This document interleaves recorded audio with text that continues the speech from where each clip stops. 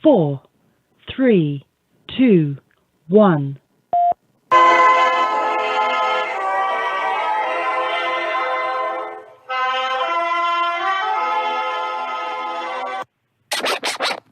But we have to pass the bill so that you can find out what is in it. What? If you like your doctor, you will be able to keep your doctor. What difference at this point does it make? Doesn't make sense.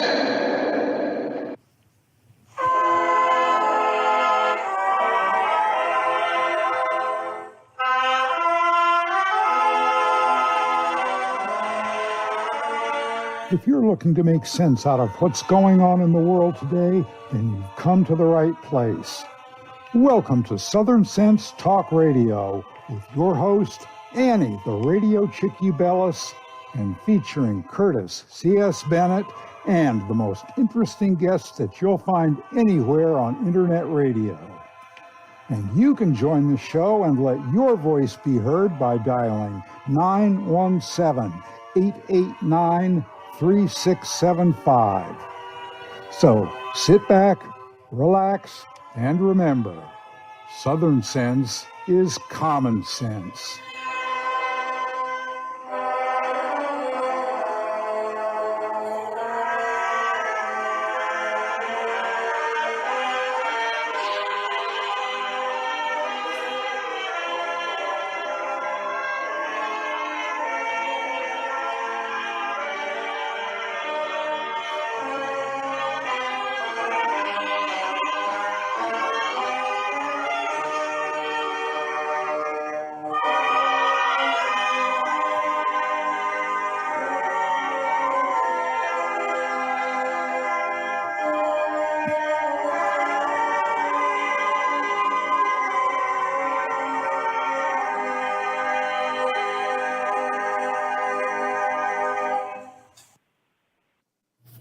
Friends, the entire world is experiencing food shortages. Supply chain breakdowns continue to have a domino effect on everything, especially food production. Farmers can't plant as many crops now because of fertilizer shortages, forced regulations, and of course, high fuel prices. This will cause more painful food shortages when we run out of the food we're eating now. You know, food takes time to grow. So when farmers don't plant, well, months later, we don't eat. That's why you need to prepare for an increasing number of food shortages. And the best way is to invest in Ready Hour emergency food from My Patriot Supply. It's a perfect hedge against skyrocketing prices and shortages. Right now, save $50 on a 4-week food kit from My Patriot Supply. Go to preparewithSouthernSense.com and get your $50 savings on a 4-week emergency food kits that average over 2,000 calories per day. That's preparewithSouthernSense.com. Those who know what's coming are getting prepared now. Well, if you don't want to type in that whole big thing saying preparewithSouthernSense.com and you're on my website, which is Southern Sense, put a dash in the middle, Southern-Sense, as in commonsense.com, you can easily click on My Patriot Supply and go directly to the website and get your $50 savings. As I'm telling you now, those who know what's coming are getting prepared right now. And shouldn't you? Prepare with Southern-Sense.com. That's Southern-Sense.com. Click on My Patriot Supply. Do it now. All right, and welcome back to another adventure here on Southern Sense, live on Blog Talk Radio, SHR Media, Global Enlightenment Radio, iTunes, Stitcher, Spreaker, YouTube, Facebook, iHeart, half a dozen other places. Oh, the heck with it. Just go to the name of the show. Put a dash in the middle, Southern-Sense.com. I'm your hostess with the least mostest, the Radio Chick-A-Dee, Annie, along with my guest co-host, the one, the only, Uncle Ted, former Congressman from the great state of Florida, Ted Yoho. Good afternoon, Ted. How are you doing today?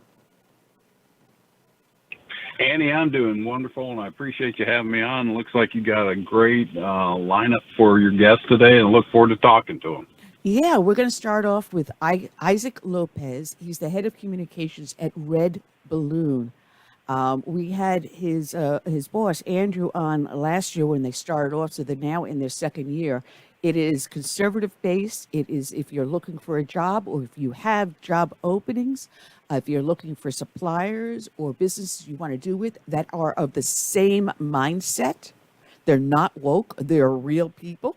You can go to RedBalloon, and we'll be talking to Isaac about that and a lot of other things. Now there's a workers' bill of rights that they're working on, a right to work. Imagine that. No unions, no wokeness, no vaccine mandates or whatever. Pure, unadulterated right to work the American way. We'll be talking to him about that. Also, we have John O'Connor coming back. I love this man. I can sit back and just let him take over. It's like having a professor run the room. He's a powerhouse. Oh, yes, Yeah. he is. He is. He's the author, as you remember, of Postgate, How the Washington Post Betrayed Deep Throat, Covered Up Watergate, and began today's partisan advocacy journalism. And a matter of fact, my neighbors were recently a victim of that. And boy, Annie went to bat for them and hit below the belt. And I swear, I got not only a retraction to be done, but they redid the broadcast and are rebroadcasting it tonight with all the corrections and apologies in it. Ooh, you don't get this little guinea pissed off because she's coming for the jugular. We also That says a lot that if you were able to get them to do that, that's a good thing. Within 24 hours. And that's the miracle. Good job. We also have the senior fellow at the Independent Institute and director of the Institute's Center on Peace and Liberty. Now, this is going to be a very interesting interview because I have a funny feeling he may be an anti-Trumper. So we're going to see what sort of a dance he does with us. But he's going to be talking about a lot of other different things going on right now. Ivan Eland. And then we're going to finish off with our guest from the Heritage Foundation. She's the senior news producer for the Daily Signal, Virginia Allen. A lot to talk about, a lot to do. And oh, wow, Ted, my head's already spinning. We haven't even started. Yeah. Oh, man. Well, I know you'll give your listeners what they're looking for, and I appreciate it. Yeah, well, I want to welcome everyone that is in our chat room here on Blog Talk Radio, as well as up on Facebook and YouTube. We are active up there, and we are also broadcasting and video broadcasting on our home webpage, which is the name of the show. Put a dash in the middle, southern-sense.com. I'm still working the kinks out of trying to get a little bit more professional-looking video, but hey, it takes time. I'm old. I'm technologically challenged. We'll get there. Eventually, we'll get there. I feel your pain on that because I'm the same way on that. Oh, man. Just bear with me as I'm trying to close out some windows on the other computer. So we are up live there.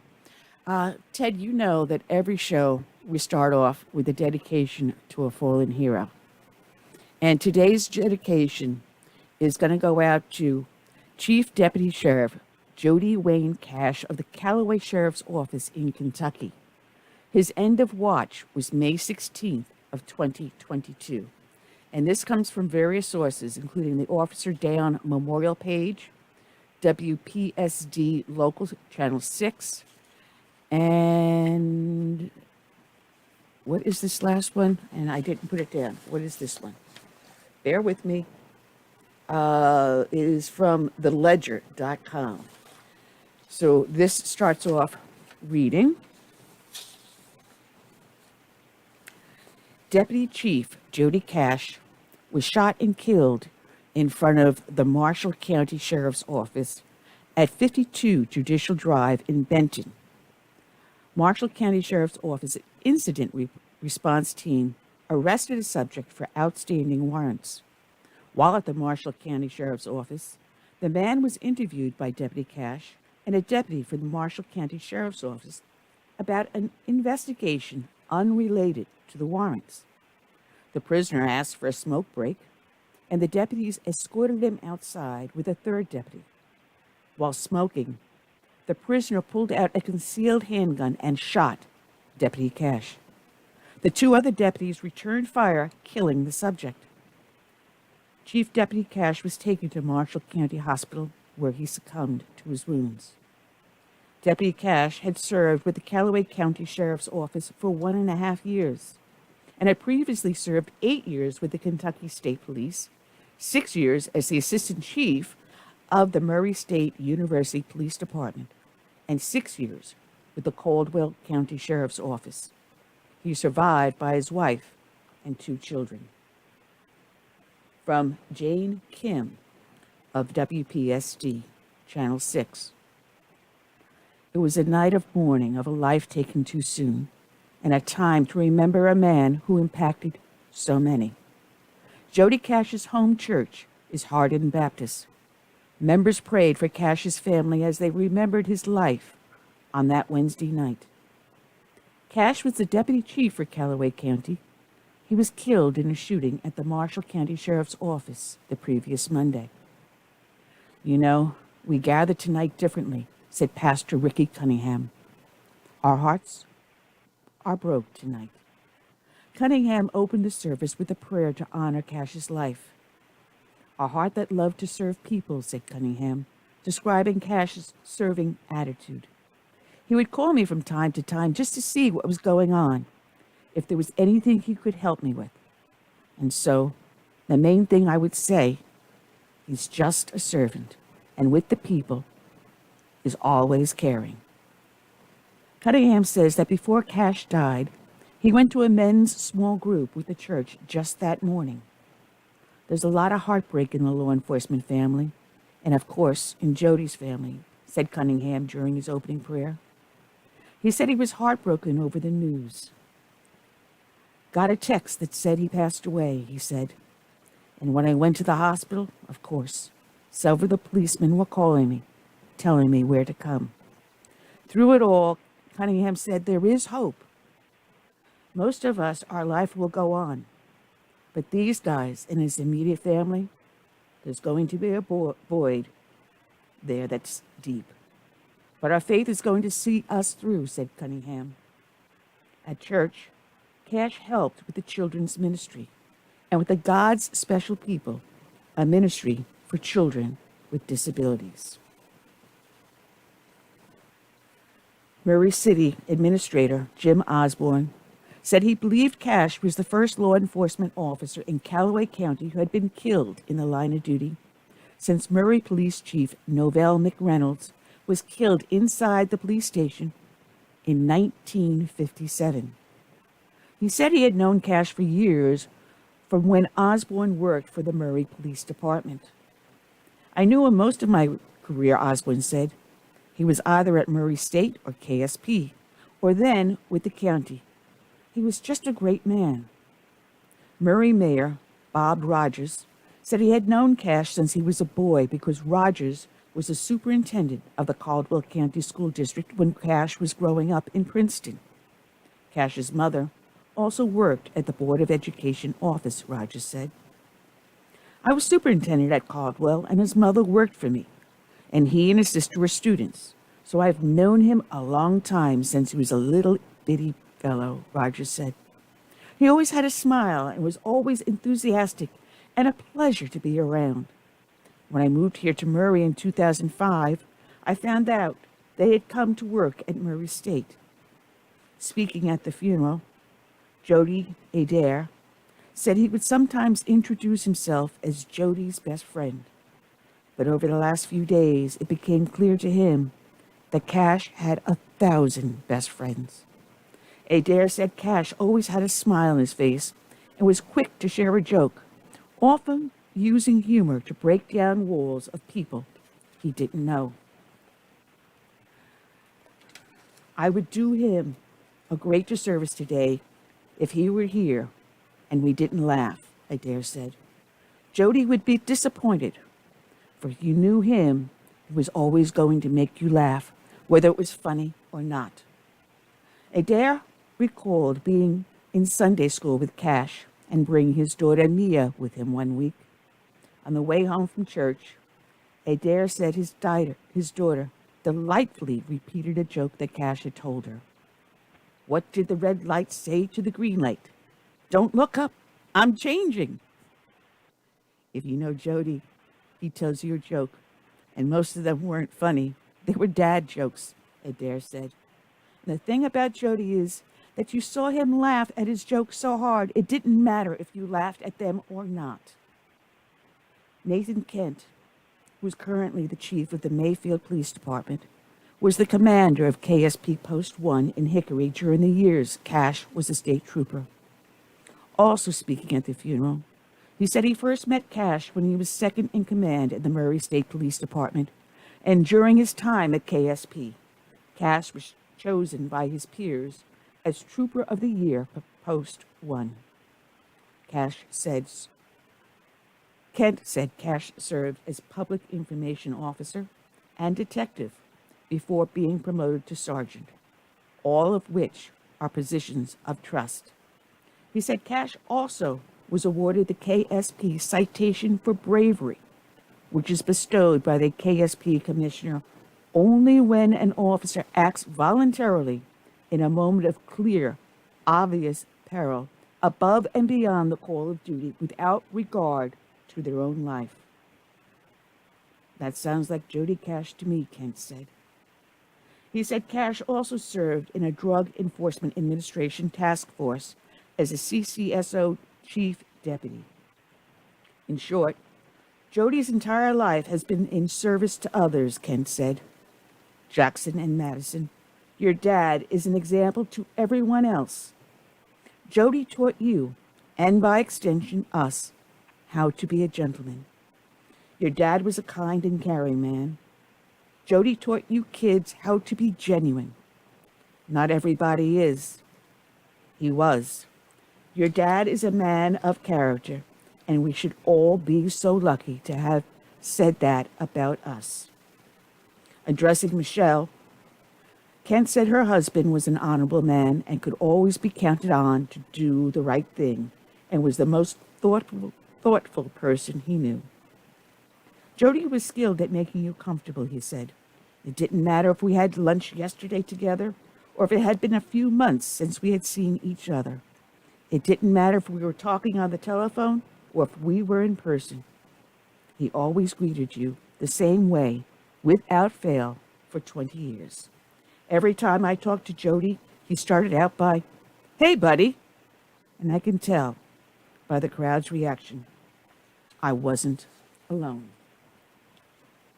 Today's show is dedicated to Chief Deputy Sheriff Jody Wayne Cash.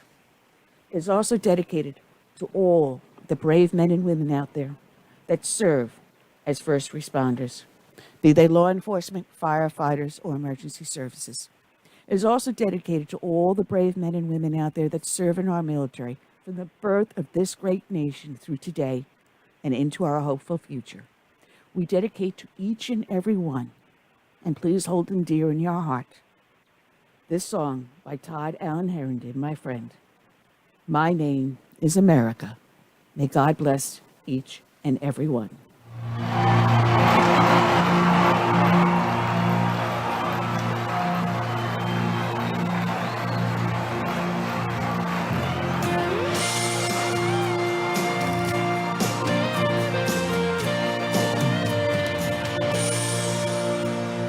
Born in the grip of oppression, I fought for my liberty.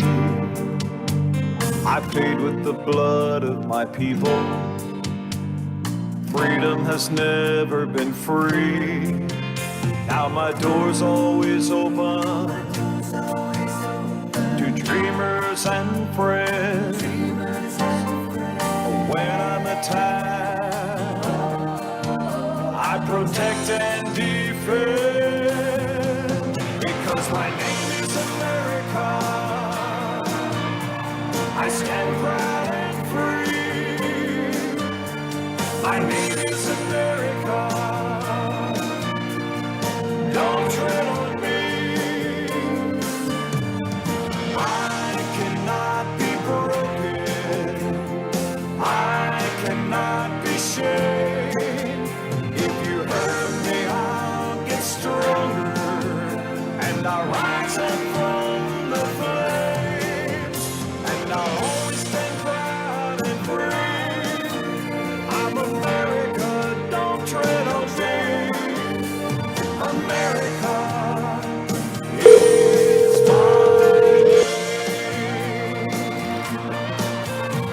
My strength was not taken from others. Hello? Others gave it Your to show me. now, press 1. Hello? To hear They important believe in instructions, the press 2. virtues I stand for. My respect for humanity. Now I'm challenged by tyrants. To start your show now, press 1. To hear important instructions, press 2. But their vicious deeds become my finest hour. Because my name is To start your show now, press 1. To hear important instructions, press 2. proud and free. My name is America. Don't tread on me. Thank you for using Blog Talk Radio. Goodbye. Cannot be broken. I cannot be shamed. If you hurt me, I'll get stronger. And I'll rise up from the flames. And I'll always stand proud and free. I'm America, don't tread on me.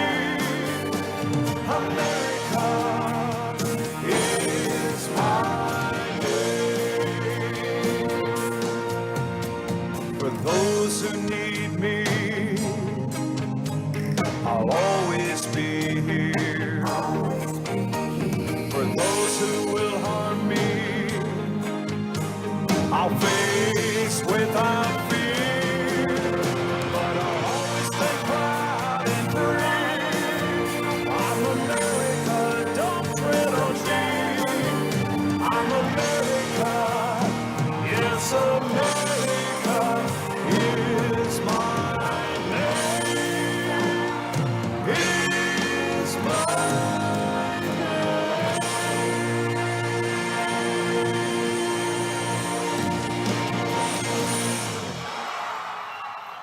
All right, and we're back. You're here listening to Southern Sense live on Blog Talk Radio, SHR Media, Lone Star Daily News, Global Patriot Radio, iTunes, Stitcher, Spreaker, YouTube, Facebook, iHeartRadio, half a dozen other places. Oh, forget about it.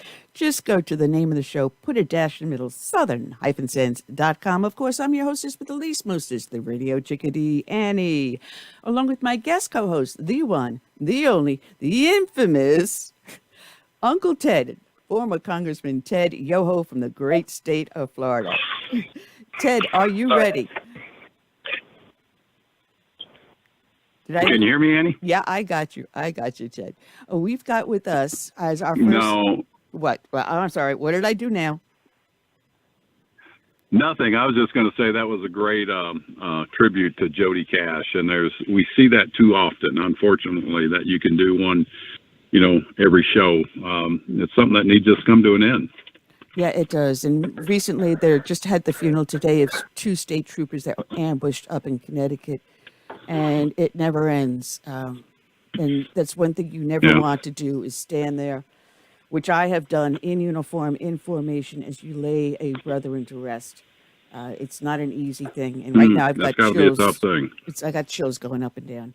But as we move forward, let's move on to brighter things today because we've got a lot to talk about. And we've got a guest sitting here on the line, Isaac Lopez, who is the communication director for RedBalloon, which is now, I believe, in its 2nd year. Correct, Isaac? Thanks for having me on. And yes, we are in just the 2nd year. We just passed our year anniversary back in August. Happy anniversary. Happy anniversary. We had Andrew on when you guys first opened up, so I don't know if you were with him at the time, but it is a fantastic website and organization that he has formed, and it's much needed today out there with all the wokeness going on, and now with these ESGs, equity, social justice, and what is it, governance? Do I have that correct? That they're putting out there. So if you don't have an ESG rating that is up to the woke crowd requirement, you are now cancel culture. This is getting ridiculous, isn't it? It is, and unfortunately for many businesses, they're chasing non-existent social points, but ESG gives them something to hang their hat on, even if it's vile. It is. It is. Now, something that you guys are doing over there, you're putting together something called a Workers' Bill of Rights, and I signed up for it, so I'm waiting to see it, come into my inbox. Tell us about what this is.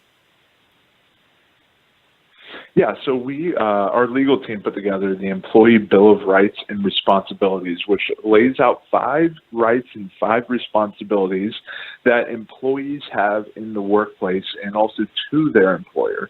So obviously, we all want to know our legal rights when it comes to pushing back against woke mandates and woke vaccine mandates and all of that. But we also want to know how to operate in good standing, because if you act well, you're going to actually put yourself in a better legal standing later on if you're in a woke employment office.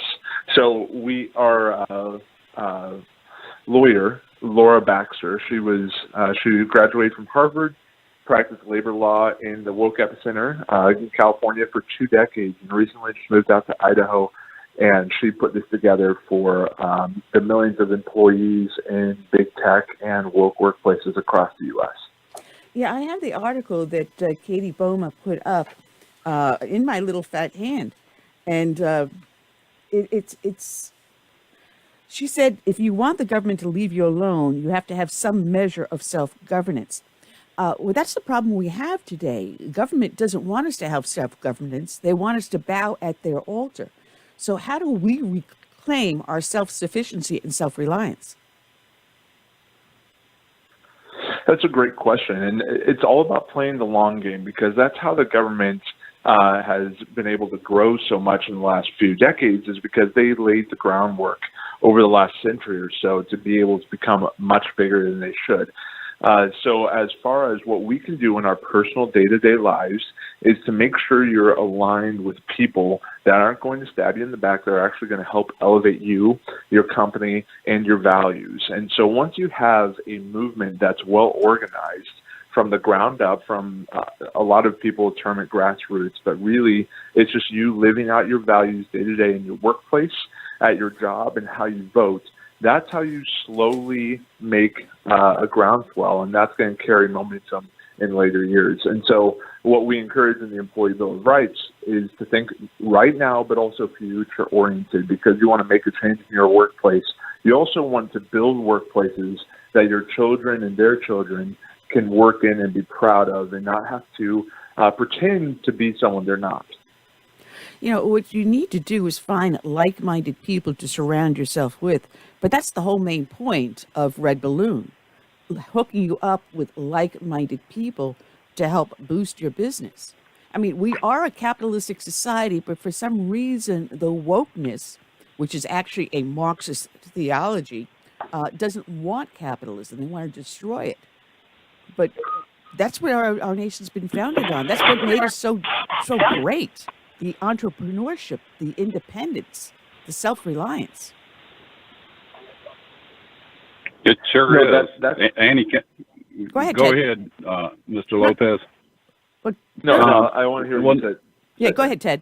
Okay. Number one, it's an honor to have you on. And, I think of Rush Limbaugh always talking about the nanny state that the government has created. And you're right, it's been over a period of time. It just didn't happen under Biden or under Obama.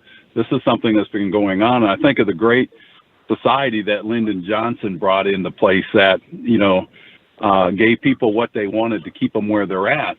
And with the advent of RedBalloon and what you guys are doing, my hat's off to you, because out there, if you're somebody in a big corporation and they come down with these mandates, it could be in the military and these other things, if they come down with these mandates, that individual can't do a thing about it other than quit, usually, because they don't have the resources. So somebody like you that gives them an option of where they can go to get rid of the wokeness, to get rid of the ESG. And I agree with you. I think the ESG scores is atrocious. And I can only think it's the liberal left working in conjunction with a lot of our government agencies and bureaucracies that have allowed that to grow to the state it has in these big corporations and people like Larry Fink of BlackRock, who is really promoting this ESG mindset, and it has nothing to do. It's not a government mandate; it's industry, but it's led by people in those big corporations. But it's also supported by the bureaucracies. My question to you is, I look at unions, and I was in a union, back in my youth, and I've talked to a lot of people. They have to pay their union dues, and that money doesn't go to where they want it to go when it comes to campaigns. And probably 98% of that goes to Democratic candidates. How do you address that with RedBalloon, with union companies? Have you done that, or is that something you haven't crossed yet?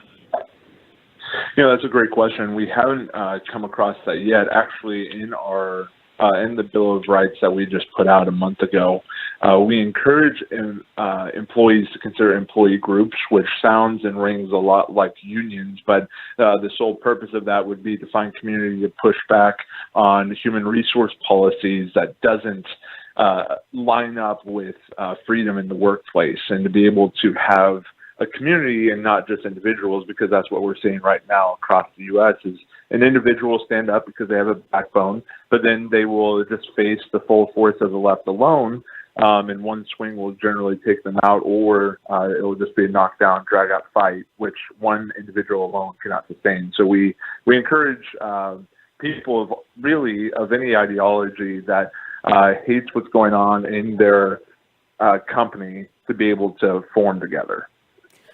Well, there's a lot to be said with that. Because I think you're right about that. Yeah. I've owned businesses. Go ahead, Annie. I've owned businesses. I've managed businesses, and you always have that one person that's always I would call them the nudge. There's the New Yorker in me. The nudge comes out, and they make the most noise. So of course they get things done. However, if you had 5, 6, or even 10 people that got together and said, "Wait a minute, this guy's a pain in the butt. That's not how we feel. We're comfortable in the workplace as things go this way." When they come in, they are disruptive, and it's counterproductive to your having a successful company or business. So we're here to help you and make you the best you can, but this person's causing problems. That means more to you as the resource officer than if that one person comes in and then you say, "Well, now we have unisex bathrooms and we change everyone's pronoun." Right. Mr. Lopez, what kind of businesses are you seeing sign up for this? Are they mom and pops? Are they larger size, 100 employees or more? Or what are you seeing in general? Yeah, that's a great question. And it's generally small to mid-sized right now. We've seen plenty of companies that are just starting up or have been around for a while, and they're across industry. We're seeing quite a concentration in the tech space. The independent technology world is really getting underway, and they're finding a lot of values alignment with job seekers on our site. So we have right now over 2,000 employers that have signed our pledge to not, basically it's the Constitution, basically that they will not tread on anyone's rights, that they will not enforce woke CRT, DI trainings, and all of that on their workforce. So right now it's a collection of small to mid-sized companies, but we're finding that they're willing to hire for culture over location. We understand that if you go to our site today, there's a map with of the United States, and it shows where all of our jobs are posted by pinpoints on the map. So if you scroll down to your area, you may not find a lot of positions in your area right now, but we're adding employers every single day. So we've been encouraging job seekers to sign up and make an account and wait for job alerts as our team works to expand nationally. Yeah, I'm pulling up the I map. think that's a great program, and I hope you're the most success in that. I'm sorry, Annie, go ahead. Well, now I was pulling up the map right here for South Carolina, and I see up in Columbia area. I'm looking down here, nothing in Charleston, nothing down here by me. So we've got to get you guys down here. you're actually up in Simpsonville, York, Charlotte. Yeah, you are expanding. This is a lot more than there's down by you in Atlanta, Ted, because you're in Georgia right now at your other home over in Peachtree. I am. Macon, Warner Robins. Let's see, outside of Fitzgerald. Here in Florida, Tallahassee. So yeah, they are expanding a lot more than what I saw last year, and I'm so glad that you guys are finally getting some momentum in this. And your website from what I saw last year to now is absolutely expanding. You've got yourself a blog, and people can join either for free, or if their employer have be able to do their postings in here, and a standard for just a month gives you unlimited job postings of only $200. That's not bad for a company that's going to be spending thousands upon thousands on an employee, just a mere $200 to get in a good employee in there. And then you've got the premium, which adds even more with helping build the company culture and helping build the team and so forth. There's a lot that you're doing to help people get their business successful. It's true, Annie. And one of the things that isn't listed there is a free option, and you can post a job with us for free per month. So you can post one position for free per month, which isn't really heard of in the job board space, but we're trying to add as many employers to bless our thousands of job seekers that are continually scraping our site every single week. So that's one of the things we're encouraging, and you kind of touched on it, but we're now offering the Freedom Academy, but to any of those who are paying customers who want to know how to build a good company culture that isn't run by an HR team that's out of whack. So, and trying to be too big for their britches. So what we're trying to encourage business owners, employers, and young entrepreneurs is to look into that, because eventually if you're doing and running a business well, you're going to be hiring, and you want to have a culture, a company culture that's welcoming but productive and healthy as well at the same time. Yeah, well, as I'm scrolling around... You know what you said right there?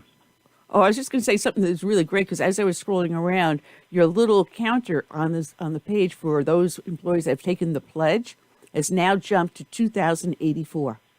Wow. Go ahead, Ted.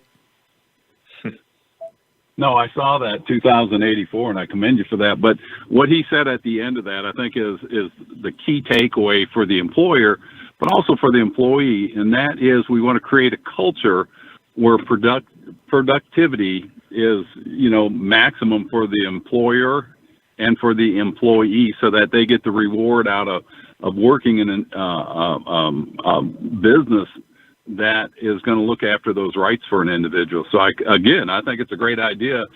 And I'm sure Annie's going to ask you, how do we get that word out to more people? Go ahead. You just asked for me. Yeah. No, I figured I could field that question then. But I think one of the ways is exactly what you're doing right now is allowing us to have a platform to come on your show, which I'm very grateful for that, to be able to talk about this opportunity. Because right now, like I said, we're a year and 2 months in, so we're a really young company.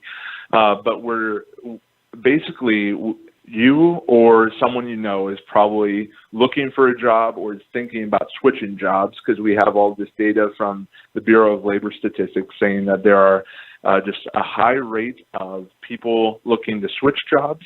And a recent study came out that 64% of Americans at one point or another this month have thought about switching jobs. And now that's a long way from actually going to switching jobs. But that is occurring right now. And so if you have someone or a friend who owns a business who's looking for talent, encourage them to come to redballoon.org, even if you're not looking to make that job change right now. Yeah, it is redballoon.org. .work, not .com, not .org, .work, because that's what the whole thing is about, the right to work.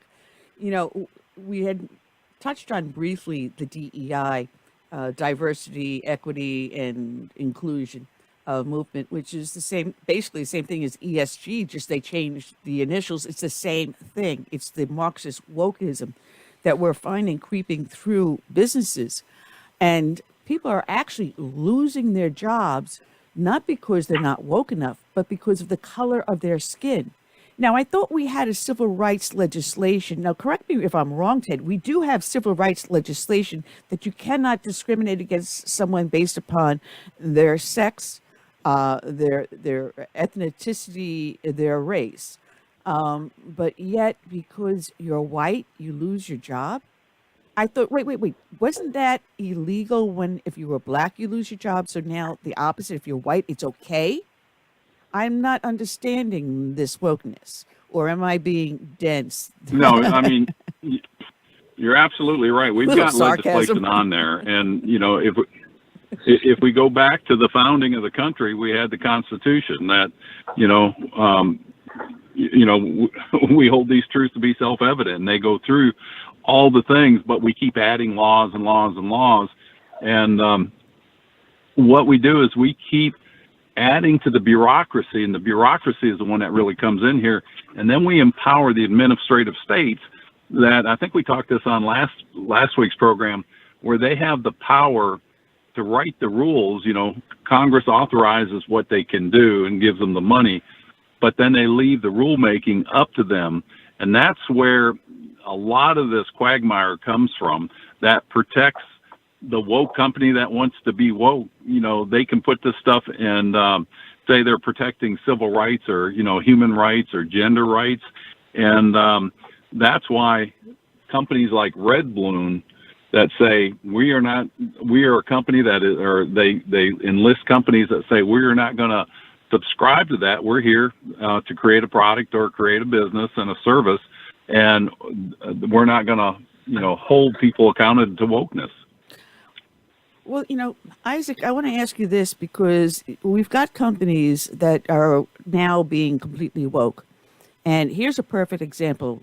Kane West, or Ye, or Ye, whatever he wants to be called, that's his business, is supposedly has just bought Parler. Now, because of that, because he has now a conservative voice, supposedly, he's now wants total free speech on Parler. J.P. Morgan has broken off relations with them. So does RedBalloon have anything to help facilitate someone in that position where they find suddenly the companies that they have been doing with, these bankings, these lenders, and these other institutes that they've depended upon for their business that they can hook up with now through you and say, let's get back on track? Yeah, we actually have a number of payment companies that aren't woke, that are really focused on conservative and really just American values, because that's what's going on here. The woke economy is leaving everyone behind that isn't in their mob. And that includes not only conservatives, but also centrists and classical liberals and even some leftists, right? People that have raised their hand questioning the narrative, or that's enough to get you sidelined or, worse, kicked to the curb. So we do have some of those companies, but we've also partnered with Public Square, which is an app that is a nationwide marketplace that helps you find companies with your values that have pledged that they won't enforce masks in their workplace or in their coffee shops or different stores that are on there. And you can go on there and find places in your local marketplace that you can support with your dollars. So that's an easy way of finding substitutes in your areas. There are banks on there as well. And what I kind of wanted to backpedal to what you guys were talking about earlier, and this wokeness that is taking corporations by storm is going to impact the bottom line. A Gallup poll recently came out and said that worker dissatisfaction was at an all-time high. 60% of workers are feeling emotionally detached from their workplace. And when you get that, that actually begins to affect global domestic product. And Gallup did the math on it and said that business units that have happy and productive workers are 23% more profitable for their company. And so if you factor that out, if you have a bunch of workers who are dissatisfied, it's going to affect about 11% of GDP. And that's somewhere in the $7 trillion that companies are losing because they're forcing woke madness down the throats of their constituents. It's funny because when I was in D.C., Oh, sorry, Ted. I'm sorry, Annie. I was going to say, when I was working We for... got to get our cadence here. Yeah, when I was working for American Express back in the You first. 1980s, I noticed back then we didn't call it wokeness. I called it political correctness. But they would go around every year looking for you to take a portion of your paycheck to donate a portion of it to some company. And I was looking down the list at the time that they handed me, and there was only one out of all of them that I felt I could put my money in and feel good about. That was a conservative, cause.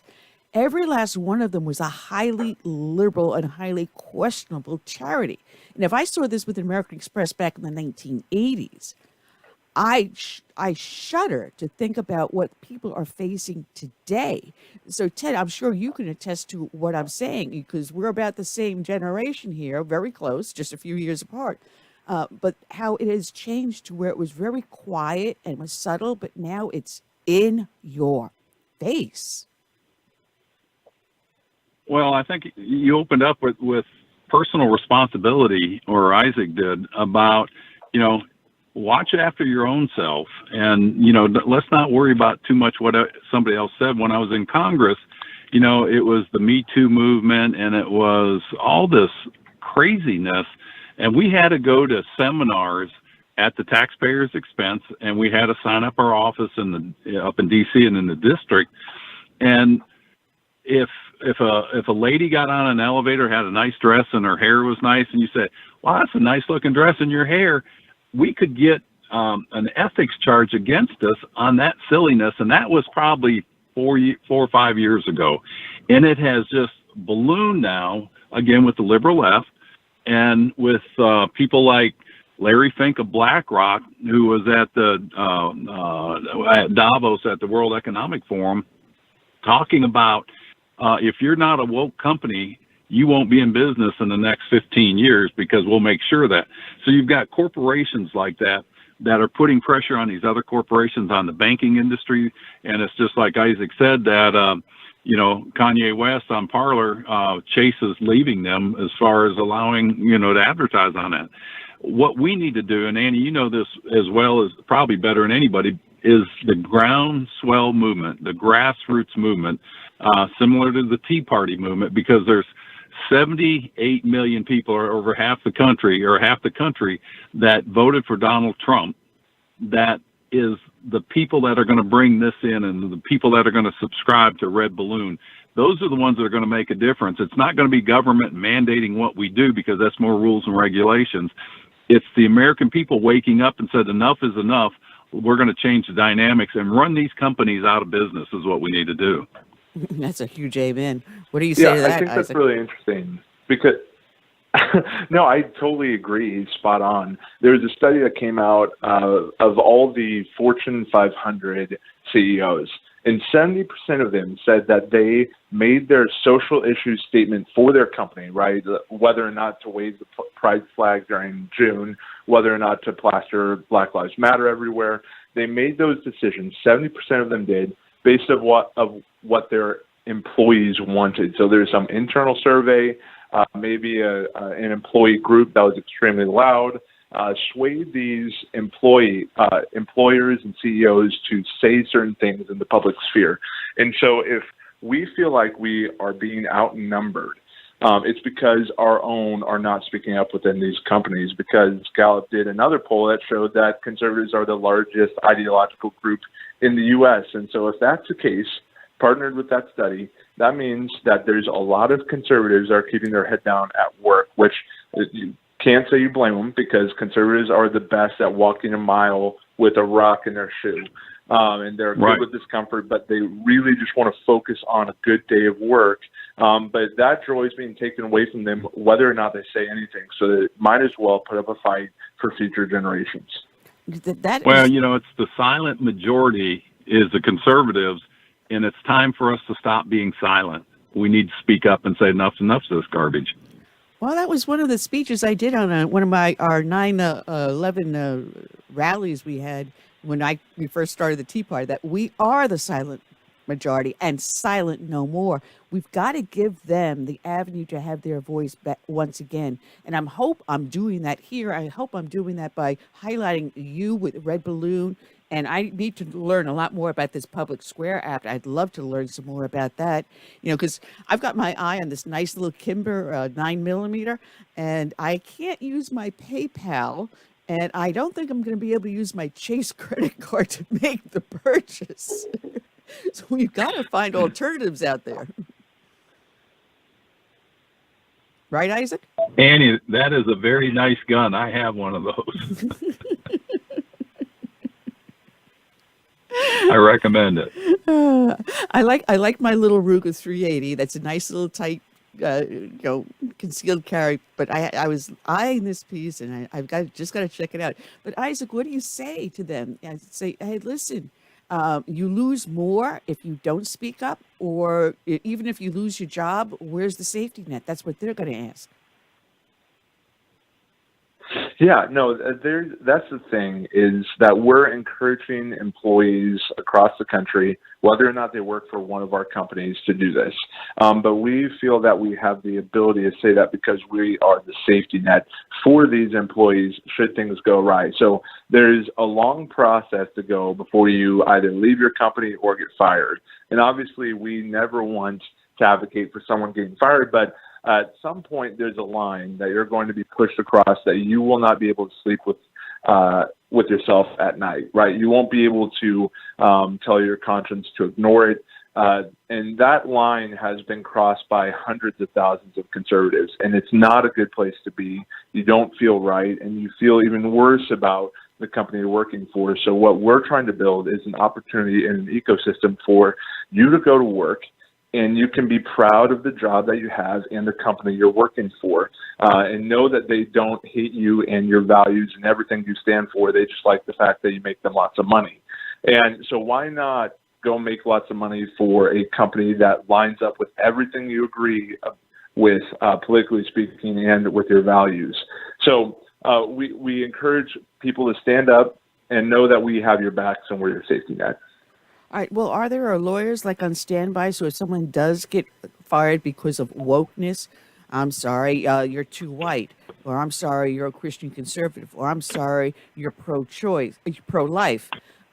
Is there a legal ramification, legal regress that they can seek, or do you have the ability to direct them in that area?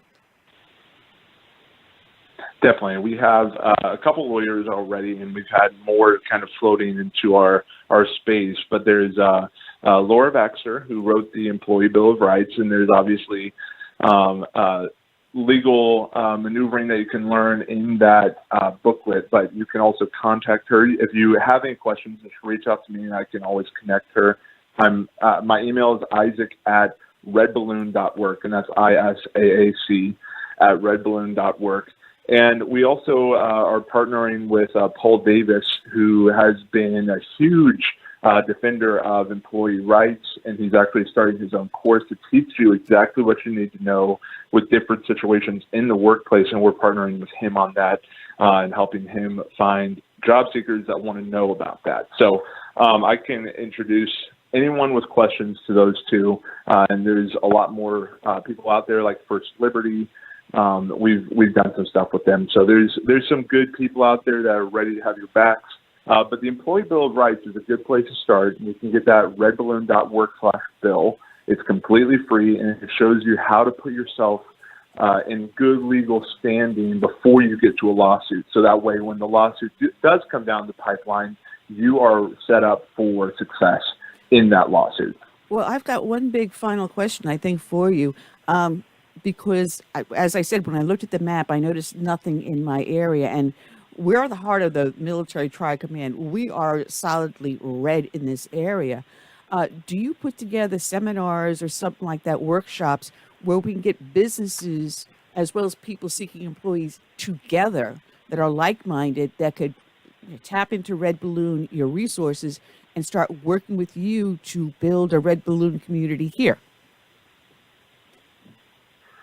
We've done things like that, and we do have the opportunity to connect through our customer success team and through our marketplace. If you're a business owner, we have a directory for you to just call and talk with other owners in the area. But Public Square is the app that you should check out if you really want good community and know how to organize with people, and you're not just looking for a job, because they have discussion boards, groups that you can join in your area for all different kinds of things. I'm on it. I'm in a running group. It's still getting off the ground, but I just joined it because I wanted to see what it was like, and it's a really nice feature in their app. Well, I do run a tea party down here. I have been since 2009, and I'm thinking that for one of our meetings, instead of doing a meeting, putting something like that together where I can get business owners that are like-minded, that are not woke, that are looking for good, solid employees who just want a good job and fall into the Workers' Bill of Rights, and get them together and using you and Public Square to facilitate that. How does that sound? Is that something that you can do? Absolutely. Yes. And I think you already have my email, so I can get the ball rolling on our side and get with our friends over at Public Square. And I think we'd be happy to help organize things over there. Oh, that'd be great, because it would be after the beginning of the year, because the midterm election is over. We're going to take a deep breath and pray that the phone doesn't keep on ringing looking for donations every 5 minutes. So, again, where can people find you?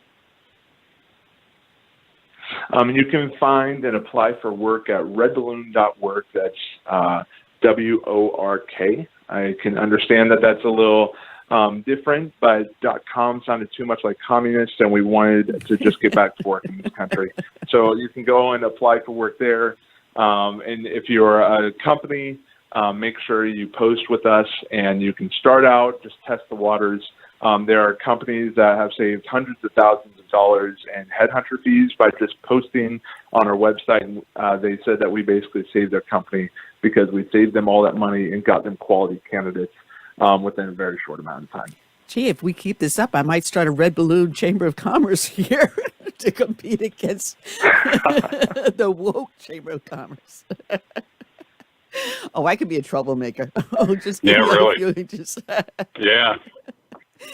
Well, Isaac, it has been a pleasure. Give Andrew my regards and tell him I'm sorry he couldn't join us today, but we will have you both back in the future, in the very near future. Very great. Thank you, Amy. All right. God bless for the hard work. Isaac, great talking to you. Good job. Good to talk to you, sir. All right. Yes, sir. Check out redballoon.woke. It is an excellent website, and it's a shame I no longer own a business and I'm not looking for employment. Otherwise, I'd be tapping them in. Better than LinkedIn, because you just might get banned up there, Right, Ted? That's right. You'll get banned. I mean, they're out there doing that. I really appreciate you letting me be on. I'm going to have to bow out right now, as we talked about, and I'll be back between the next segment after this. Great. Okay. We will be talking with you very shortly, and be safe out there. Thank you, Annie. All right. Yeah. As we're waiting for our next guest to call in, I want to do a little bit segment here on my own. That something came across the other day. Dear friends of mine, they're neighbors of mine. There happened to be a Gold Star family, and they're highly involved in working with veterans and in the community to help veterans. Their son was killed in Afghanistan by a IED back in April of 2006, actually on April 15th. Tax day, 2006. So it's been now 16 years. And one of the things that Corporal Winslow, Ryan Winslow's father and mother do, like I said, they're very involved in the community, especially with the veterans, is there is a wall of heroes and those that have been killed in the war on terror since 9/11 that tours the entire United States. And it's coming here to Beaufort next month in a couple of weeks. And the local news station, WJCL, did a segment on it. And I didn't catch the original segment that was on, what's today, Wednesday night. I missed that. I saw the segment Thursday morning, so I sent George, Ryan's father, a text and said, just saw it, great interview, blah, blah, blah. He was furious because the night before, they had described his son as dying in Afghanistan from suicide. Now, if anything, you don't do that to a Gold Star family. You don't put out there the wrong cause of death. And I immediately shot when I found out about that. When they asked me, did I know the station manager? Did I know who this was? Do I have anyone I knew that I could talk to help correct this? So as soon as I saw this, and as soon as we texted back and forth, I ran a quick little email off my cell phone to the station owner manager, which is run through Hearst Papers. And I wrote to them, the subject was, how dare you? And I wrote, you ran a piece last night with George Winslow and the National Veterans Display coming to Beaufort. That in itself is highly commendable. However, you need to retract that you described his son as committing suicide. How dare you? You call yourself a newsman? Where did you get your facts? Or like lamestream media, make them up. You caused great pain to the Winslows and need to broadcast our retraction with a public apology. I worked with men and women who fell in the line of duty and those who committed suicide. To blithely substitute one for the other with utter disregard for the feelings of the family, friends, and brethren is beyond despicable. How dare you? I did a proper research and last year dedicated one of my broadcasts to their son. How hard would it have been to have your staff take 5 minutes to do even a cursory search? I remain, and I signed my name. I didn't get a response. So I followed up. I sent this out on the 20th. I followed this up at, believe it or not, 1 o'clock in the morning as I was finishing up my notes here on the show. And I wrote to the station owner manager again. And I wrote to him with a little sarcasm. And I wrote, I deeply appreciate your failure to answer my email in reference to the interview with Mr. Winslow on the Fallen Memorial coming to Beaufort next month. In case you failed to read the original, it is included below. As for your news crew inability to do their due diligence, attached is the dedication I did on my podcast last year on the 15th anniversary of Corporal Winslow's death. I failed to understand trained journalists' inability to get simple facts correct. Did they pull up the Military Times page for the fallen? A simple Google search would have taken them to that page first, which included the other 3 Marines who fell that day with Ryan. I've attached the clip of my dedication to Ryan and his family. And if I, an amateur podcaster with 12 years experience and a meager listening audience of 75,000 and a web page hit of a meager 3 million, can dig up the facts, why can't your highly trained, paid staff? Please listen to the clip and understand the pain you caused the Winslow. I read your correction. However, your station owes them a public apology and public retraction. Today, Mary Nell volunteers daily at the AmVets in Port Royal, serving breakfast and helping vets who wander in seeking comfort and help. George volunteers at the Parris Island Marine Corps Museum as a docent daily. They continue to give back every day of their lives in memory of their son and those who have and still serve. The least you can do is give them back some dignity, which was stolen with the broadcast declaring their son a suicide. You owe them that. P.S. I will be watching tomorrow morning and will discuss this issue with my co-host. Well, unfortunately, Ted had to leave. The topic, media's responsibility in accuracy in reporting. Well, I guess someone blew a gasket after I sent that last one because I did attach the recording of the dedication. And the response I got is that I am the news director at WJCL. I'm not going to give his name out. The owner forwarded your email to me as I oversee content here at WJCL. In reference to the story, we had the correct information, but an error in transcribing the interview led to the mistake. It doesn't absolve us of that error, but as soon as we learned what happened, we moved swiftly to correct the error in our copy and the stories both on air and on our website. A corrected version was in our shows Thursday morning, and it lives on our site now. I've also handled the matter internally with my team to make sure that something like this doesn't happen again. We certainly meant no harm, and we're trying to shine a light on the good work that Mr. Winslow was doing. I appreciate your passion in reaching out to us. I hope you will continue to do so. You now have my contact information. Supposedly tonight at 6 o'clock, WJCL will rebroadcast that with a correction and retraction. So I will be watching to wait to see if that happens. In response, and I did respond, I said, thank you for your kind and swift response. George and Mary texted me that a correction will air tonight. On their behalf and mine, I deeply thank you. I have feared that journalistic integrity was lost here in the Low Country, and I am so glad it remains alive and well. You may have guessed that George and Mary Nell are dear friends and neighbors. In our neighborhood, just about every house has either a first responder or a military member within. The plight of the military, veterans, and first responders is something I take deeply to heart. It is in my family and with my friends. It is why I dedicate each and every broadcast to a fallen hero. I stood too many times in uniform formation at attention as we laid another fellow NYPD officer to rest. The hardest being Eddie Burns. He was an academy classmate and friend, executed on the orders of a jailed drug dealer as he studied for the sergeant's exam. That day is forever burned in my memory. I still see his father sitting across the kitchen table in his house and not knowing what else to say to give him comfort. There is little difference when it comes to this between law enforcement and military.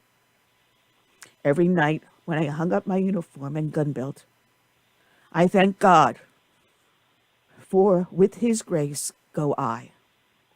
So please forgive my passion and accept my gratitude for the hard work you do. Sincerely. It does matter. It matters when we speak up. We started this on the 19th, a little over 24 hours later. It was corrected. Our voices mean something. And we need to stand up for our principles. We need to stand up for right. I'm glad I was able to help my friends. But it shouldn't stop there. It shouldn't stop with me. It should go on with each and every one of us. So with that said, I want to thank WJCL for making the correction. And I look forward to seeing the rebroadcast tonight of the correction. With that said, I'm going to take a short break because we should have our next guest calling in. Plus, I got to wipe away my tears. Okay. Waiting for our next guest to call in, John O'Connor. So bear with me as I pull up his phone number, which is on my cell phone here somewhere, and dial it in. So I will, let's see what I can plug in here. Just bear with me. Oh, here we go. Gonna play a little bit Big Don. So I will be back very shortly. And here we go.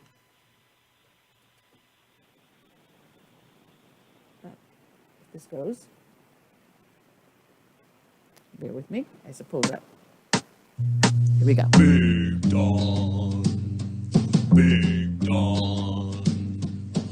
Every morning on time, you could see him arrive. He stood 6'3" and weighed 235, kind of broad at the shoulder and fast with the lip.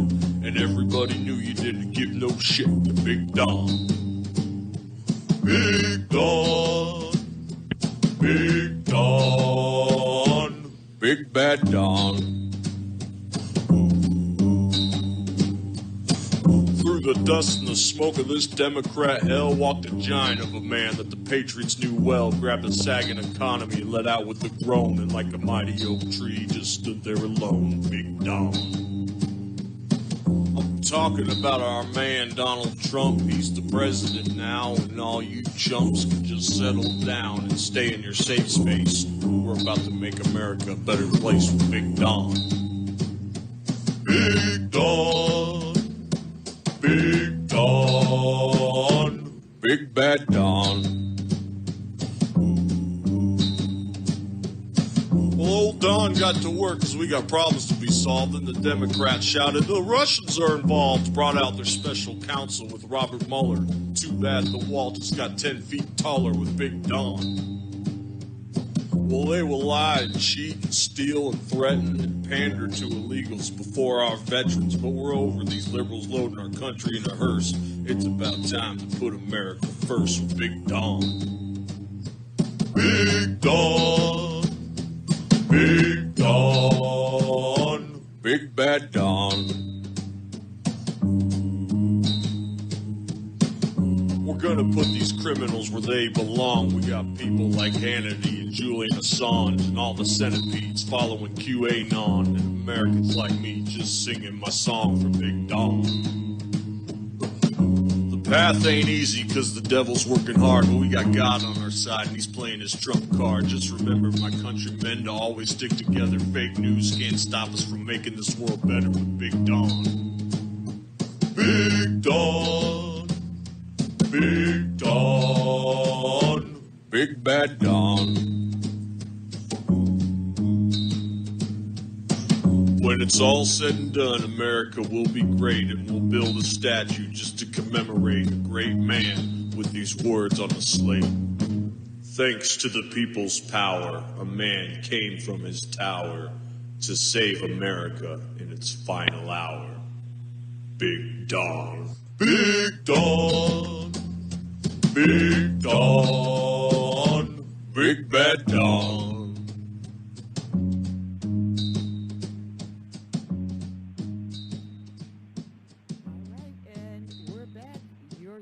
Listening to Southern Sense, live on Blog Talk Radio, SHR Media, Global Enlightenment Radio, iTunes, Stitcher, Spreaker, YouTube, Facebook, all the heck with it. Just go to the name of the show, put a dash in the middle, southern-sense.com. Of course, I'm the hostess with the least mostest, the Radio Chick-A-Dee. Annie, you're listening to my co-host, Congressman Ted Yoho, had to step away for a little bit for a piece of business that was an emergency.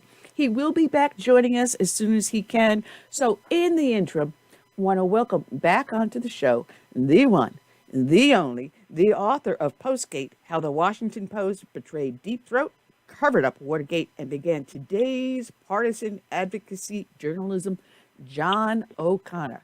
Good afternoon and welcome back, John. How was that for an intro? Your ego nice? Big head now? Oh, I love it, Annie. Yeah, I don't know that my ego can get any bigger, so you don't have to worry about that. Oh, man. Well, before you came on, I was talking to my audience about something that happened here locally. I have a friend of mine. They're a Gold Star family. He's an Army veteran. Really good, sweet, dear friends of mine and neighbors. And they do something that is a war memorial that travels the country for all those that fell after 9/11 in the war on terror. His son being one of them 16 years ago. And when they did the news interview, this kid was killed by an IED with 3 other Marines. They described him as a suicide. And if anyone knows, that is one thing you do not do. I mean, I have great sympathy, empathy for those that are left behind after a suicide. I mean, I've held many a hand of fellow officers that were contemplating it and was able, hopefully, to get a couple of them help. And I've also had it where you stand there at a funeral for someone that is, you deal with the family with the greatest possible compassion. So I'm not taking away from that. But when you have someone that's a Gold Star family, the last thing you do is describe their child or spouse or sibling, their death as a suicide rather than in the line of duty. And it took me a little over 24 hours and several back and forth, finally with the station owner apologizing profusely, and they will be doing a retraction tonight. But that is what our media has come down to. They have become so lazy. They no longer do true journalism. It would have taken them a few clicks on Google to pull up the Military Times page, The Fallen, which would have been the first thing that popped up on a Google search that would have brought him up with the full description. I mean, a keystroke, less than 5 minutes. But that's what journalism has come down to, hasn't it? Well, that's right. And it also comes down to the fact that there are preordained narratives. They know that if they can print certain things, for instance, anything that would diminish military accomplishments or military efforts, will be something that they will latch onto immediately. And so it's really very, very predictable what they will do. Think about the Russian collusion narrative. In 5 minutes, somebody could have gone online and found all the Russian connections of the people putting the Steele dossier together. I mean, Christopher Steele himself was the main man for Oleg Deripaska, the big aluminum oligarch that was close to Putin. Now, is he really going to be exposing Putin, or is he doing something that Putin wants him to? That could have been figured out in 5 minutes. And yet nobody, in fact, to this day, has ever noted that all the people that put together that dossier were Russian agents. Now, that's just an example, Annie, of how the default is always toward one narrative, one type of narrative, and 5 minutes, 10 minutes of work is not done because they don't want to do that work. They don't want to puncture it. Now, on the other hand, the Washington Post will, for instance, will have its Pinocchio column. So anytime anybody makes a conservative statement, the Post will spend time, even though it's stupid time. Let me give you an example, Annie, and I'm not going to make this up, but for your listeners, the Post actually has said that Donald Trump, they would list all his lies. He supposedly told 10,000 lies. Well, like 300 of them were lies in which he said that he was building a wall on the Mexican border. And they said, this is a lie because it's really not a wall. It's a bollard-style fence. So it's not a wall. And he lied. No, wait a second. No. What are you doing here, you guys? Come on. Now, that took a lot of effort to come up with this stupid idea as to why this isn't a wall. In other words, there was you could see they did it with, a post that you could see through. In other words, they were slatted. It was a slatted wall, so you could go through and people couldn't hide behind it. It was a brilliant design, but it was a wall. It was a wall, and a very effective one, very strong, tall, meets all the definitions of walls. My point is somebody had to go out of their way to try to show Trump was a liar. So they'll do work, even though it's stupid work and silly and partisan and so forth. And but they won't do the slightest bit of work to make a military person seem to be a hero, to make a conservative person seem to be a hero, to make it look like anybody on the left did anything wrong. For example, you will find very few stories in which, there were 60 peaceful protests in the summer of 2020. Now, some people might call them riots because stores were looted and people were shot. But no, these were peaceful protests where a few things got out of hand. It was not 60. It was 663, not 60, 663, because I did that on my last show when we pulled up all the stats. Not 60, 663, but they were peaceful. They were peaceful. And one riot on January 6th. Well, that's right, Ian. They're peaceful. In fact, I think I probably just counted the 60 in major metropolitan areas. Yeah, just where you live. If you count all of them, yes, it's probably 663. Because after all, if you're in a small town, why should you be denied the pleasure of going and looting a store and getting your favorite electronics, or food or whatever it is you're getting? So, yes, you should allow those people to riot, too.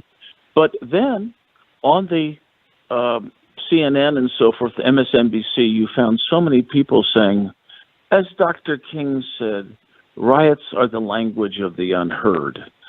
Yes, Dr. King said that, and in some cases that makes some sense. It doesn't make, I don't think Dr. King said people shouldn't go to jail. In fact, Dr. King said just the opposite. If you're going to protest, you've got to pay your dues and go to jail.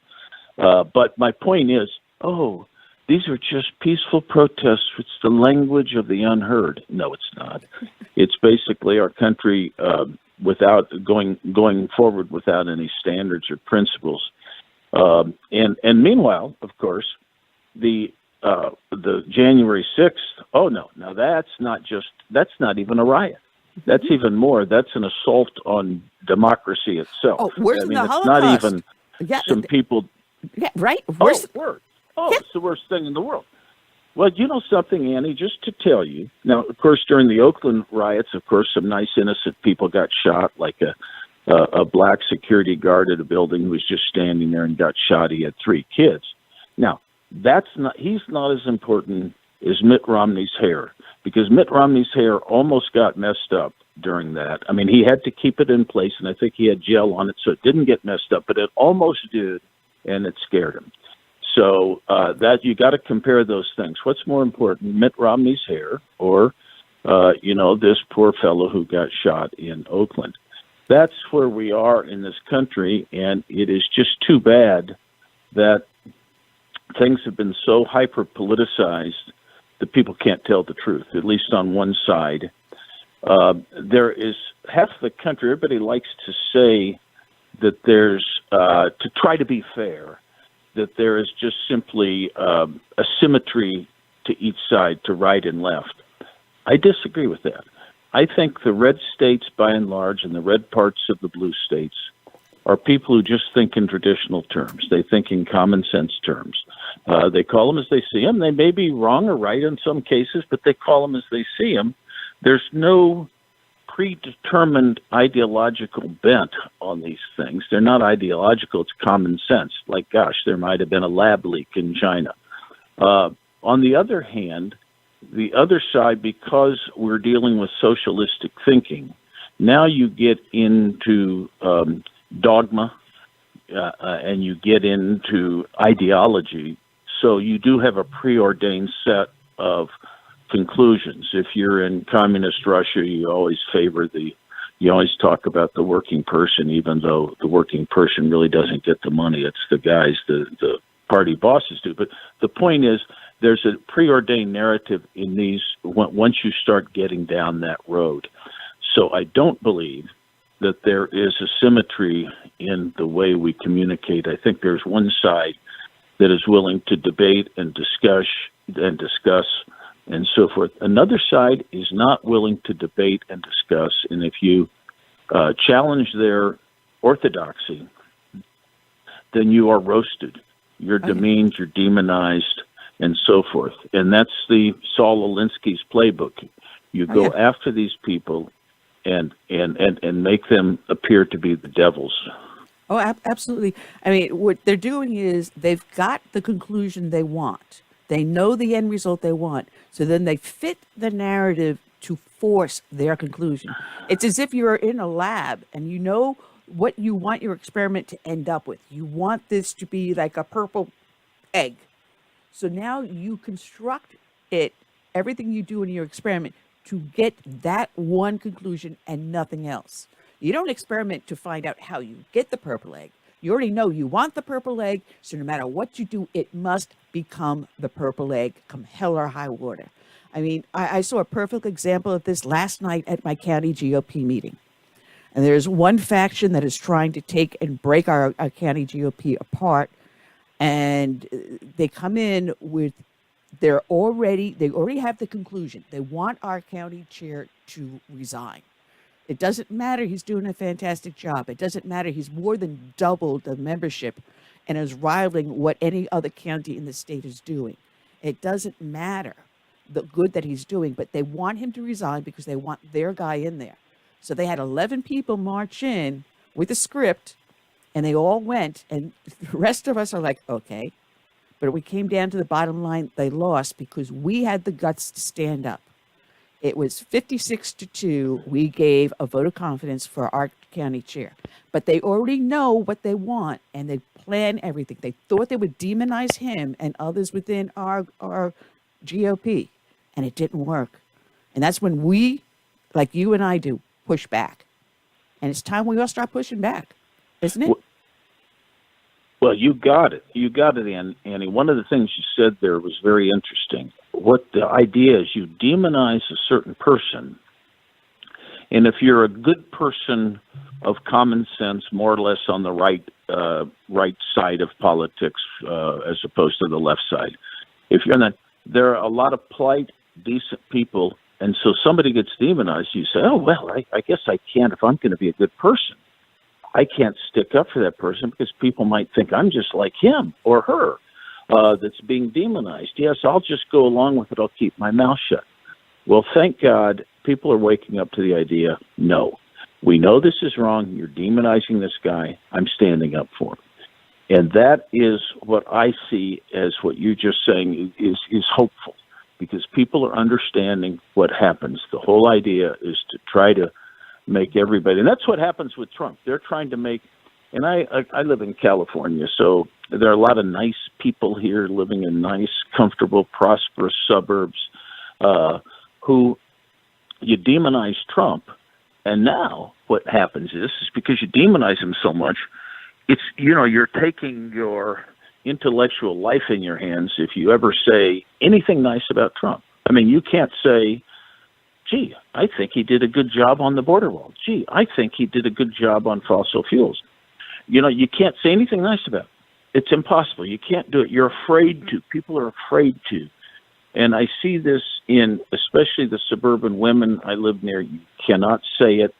Even as a male, you shouldn't really. It's almost like, you're saying that, you're in favor of infanticide.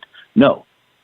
You basically, in fact, infanticide is actually more acceptable. I will say that if you talk about late-term abortion. But basically, by demonizing polite people, then stay out of the fray. They're afraid. They're afraid that other people will think ill of them, and they do not speak out. And what's so terrible about this is our country was founded when John Stuart Mill wrote about On Liberty, which is what he said. Liberty is gained by discussion and debate. You should want to discuss and debate important issues.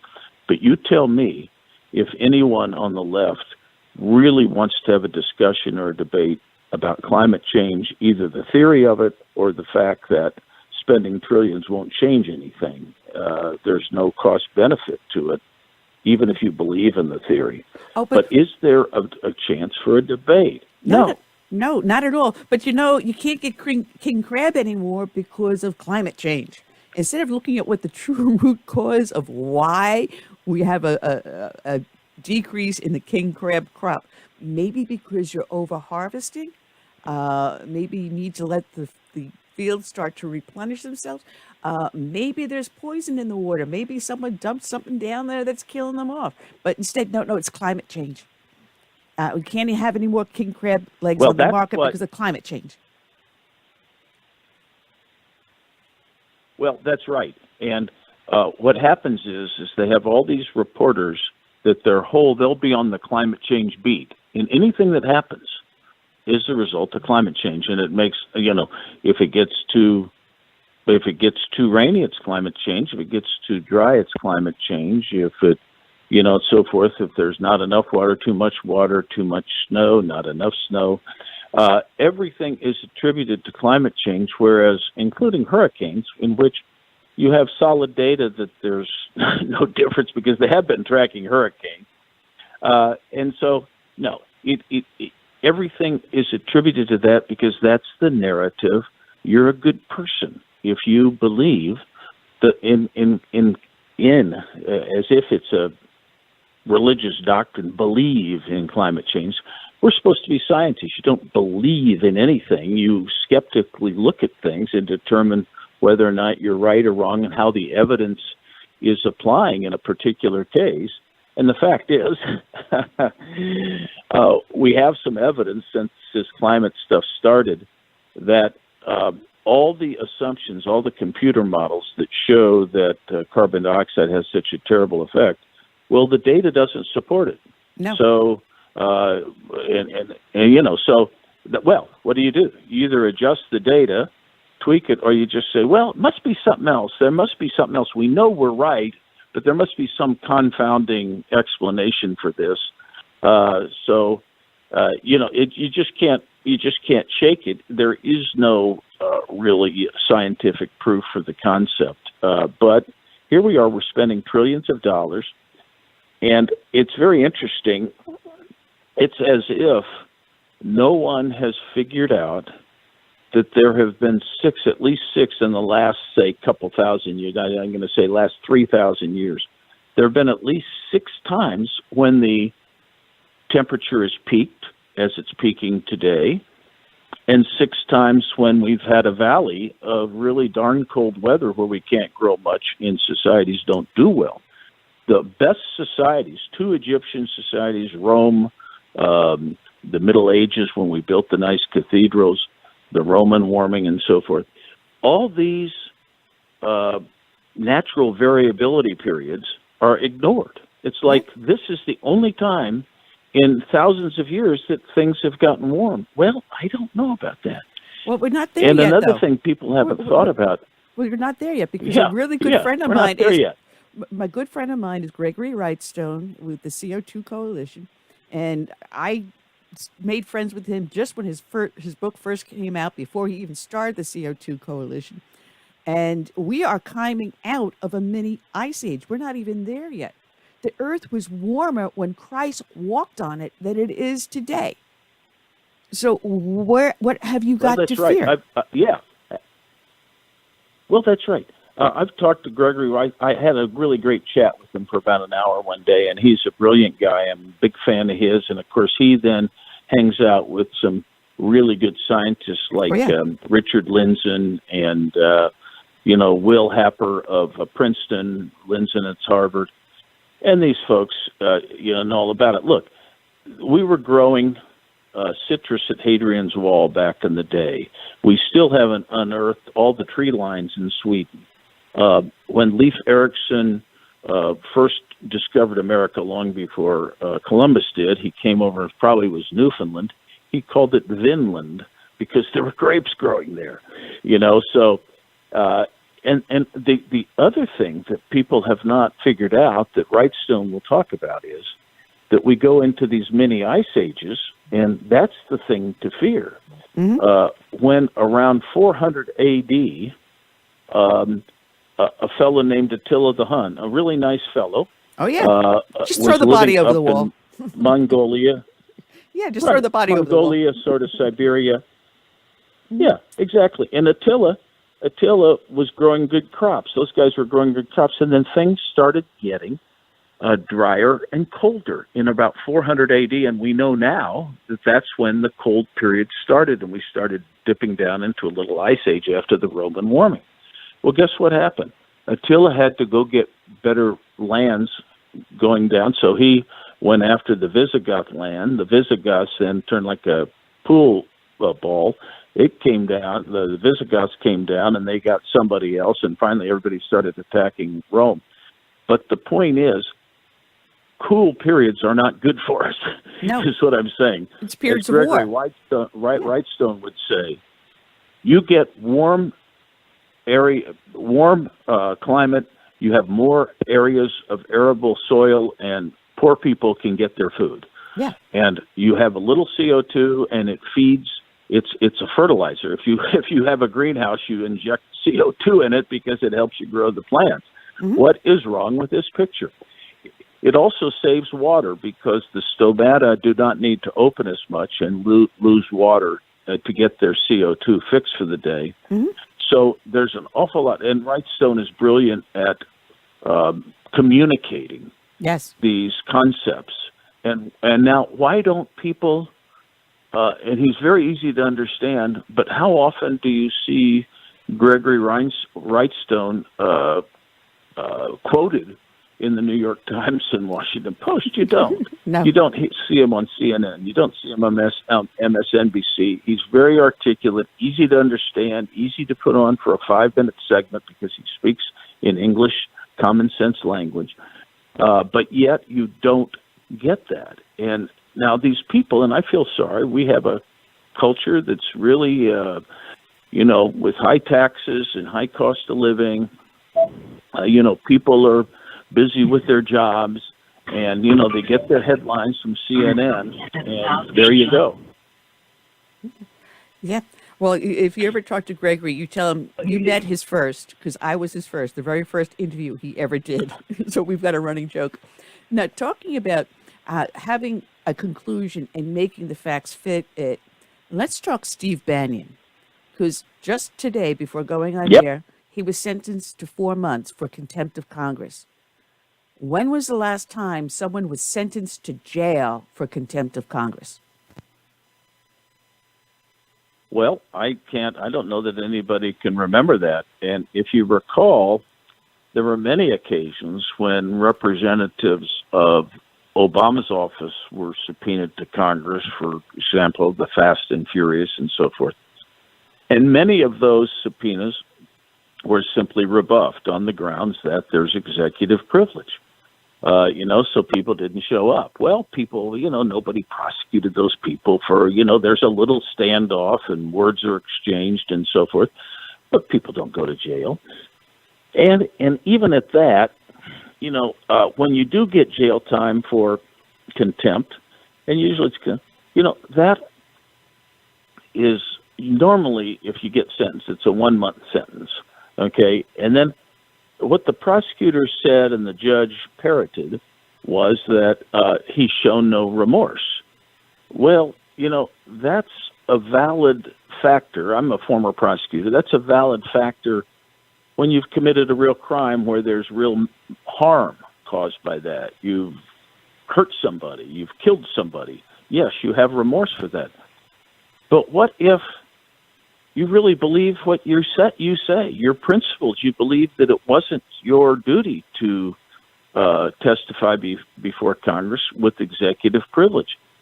It's not a question of remorse. It's a question of my principles still say that I shouldn't have testified.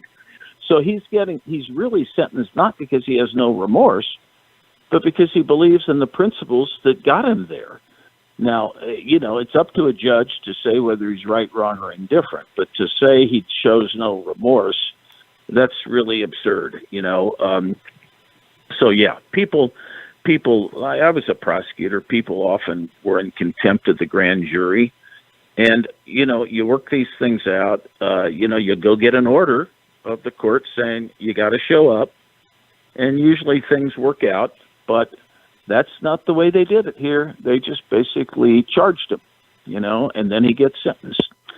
So once again, there's an inequality in our system. And of course, think about what Merrick Garland would have been like had he been on the Supreme Court, when everybody was saying on the other side, oh, he's such a down the middle guy. He's such a moderate fellow, and these Republicans won't have a vote on Merrick Garland for the Supreme Court. Now the guy has shown his true colors, who he really is. And you tell me if this is a good guy for the Supreme Court. I don't think so. I don't think so either. By the way, Annie, you can firebomb an anti-abortion clinic. You just can't protest against an abortion clinic. Oh, don't get me started on there, because I have that in the pile of stuff I threw together. And thank you very much. I got to really tell the listening audience, you agreed to come on the show less than an hour before I came on air. So I was scrambling like 20 minutes before to pull stuff out, going, I got this pulled aside, got this. This is good for John. This is good for John. This is good for John. Oh, my goodness. Here we go. This was in the Christian Post Reporter, that the attacks on pro-life groups, churches, continue after the DOJ arrests pro-life activist list. Now, these people that are pro-life, and they were peacefully protesting outside of abortion clinics. And in one case, this guy Hurst, his son was being accosted by a pro-choice individual and physically and emotionally accosted. What any dad would do, step in between and push the guy away from his son. He gets arrested. FBI raid on the house, guns drawn on him, his wife, his crying kids are frightened off their ever you know what. But do you see Yeah, anything and you know what's so happening? terrible about that, Ann? Yeah. Go ahead, please. Take it. Oh, well, in that case, this is a crime, so-called crime, that if it's prosecuted at all, is a classic local crime. What does the federal government? I know abortion can implicate, I suppose, a constitutional issue, although the court just recently ruled it wasn't a constitutional issue. So what's the federal government doing anyway? What is the federal interest here? But normally, these are the kind of cases. I was a federal prosecutor. You don't. Simple assault cases are matters for the discretion of the local DA. And guess what the local DA did here? They said, there's no case here. There's no case. And local DAs are pretty good about prosecuting minor cases. If you have a minor assault, they'll charge it the way you should be, and maybe you get a slap on the wrist, but it's an assault charge. But they didn't think anything was warranted in the case. I think it's Mr. Hurst is his name, or Hertz. But basically, the federal government steps in. And so what are they doing? They're basically intimidating anybody who would protest against abortion clinics. They're just doing that the same way they intimidate people who perhaps don't like their school board and want to speak out about the fact that the school board is not doing what these, these parents, who are these parents anyway? What role do they have in this? And so you would intimidate them. And it goes right down the line of special interest, really. These are special interests that the Biden camp holds near and dear. And so you go out and you prosecute the enemies. This is very much, once again, we had talked before about ideology, Annie.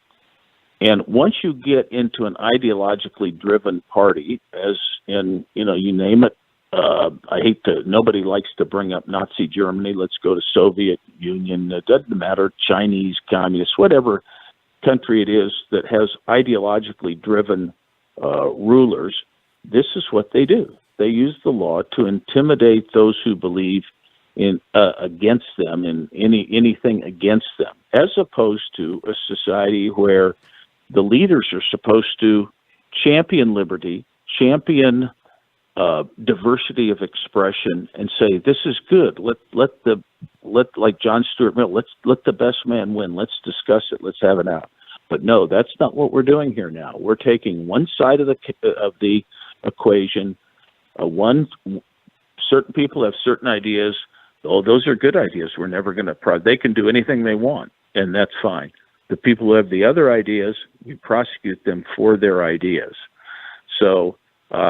Look at this. There is a specific federal crime for trying to intimidate judges and most notably Supreme Court justices. So you're not supposed to go protest outside their home, even without physically damaging them. But basically, these folks directly violate a law when they start rampaging around Kavanaugh's house and the houses of others. Even to the extent that there was a fellow that was ready to try to kill Kavanaugh. But no, this isn't dangerous. There's no reason to arrest anybody. There's no reason to at least come in and warn them off the premises. Say, okay, if you don't disperse, we're going to do something. That's probably what you should do. You shouldn't just go arrest people. You say, look, leave people. You're violating federal law. And if you keep violating federal law, we'll do something about it. But no, you don't do that. Now, but you do arrest some father at an abortion clinic. So we have a situation now where the justice system is used to enforce ideas of one side of the intellectual spectrum, and that's very scary. That is very scary. We're supposed to have it out. The First Amendment was there so that we can all have it out. We can all peacefully express our views. And there's no punishment for it. In the old days, hundreds of years ago, you said something against the king, you were in jail. Or in other times, you said something that was Protestant when the Catholics were in power, or Catholic when the Protestants are in power. And guess what? You go to jail or you get your head cut off. And this is precisely what America was trying to avoid. Now we're doing the same thing. Hey, Annie, I'm back for a minute. Can I weigh in on it and just make a comment? Yeah, John, this is former Congressman Ted Yoho. Go ahead, Ted. Hey, John. You know, I agree with everything you've just said. And when you speak out, you know, we have that First Amendment. But yet when you listen to President Biden's speech in Philadelphia, where he came out and attacked anybody that was a Trump supporter, a MAGA supporter, you know, he labeled them as domestic terrorists. I have never seen that in our country, and it goes to one of those despotic or communist regimes, as you talked about. We are there in America. They just haven't moved to the next step, and it's a dangerous situation in this country. And I appreciate what you do.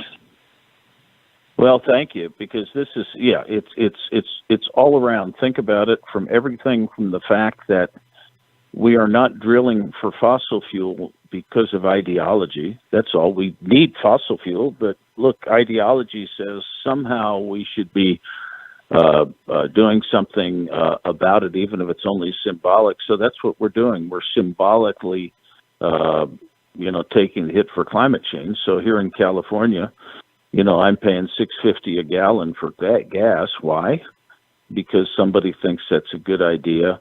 They're enforcing an idea. They're not doing anything that's practical.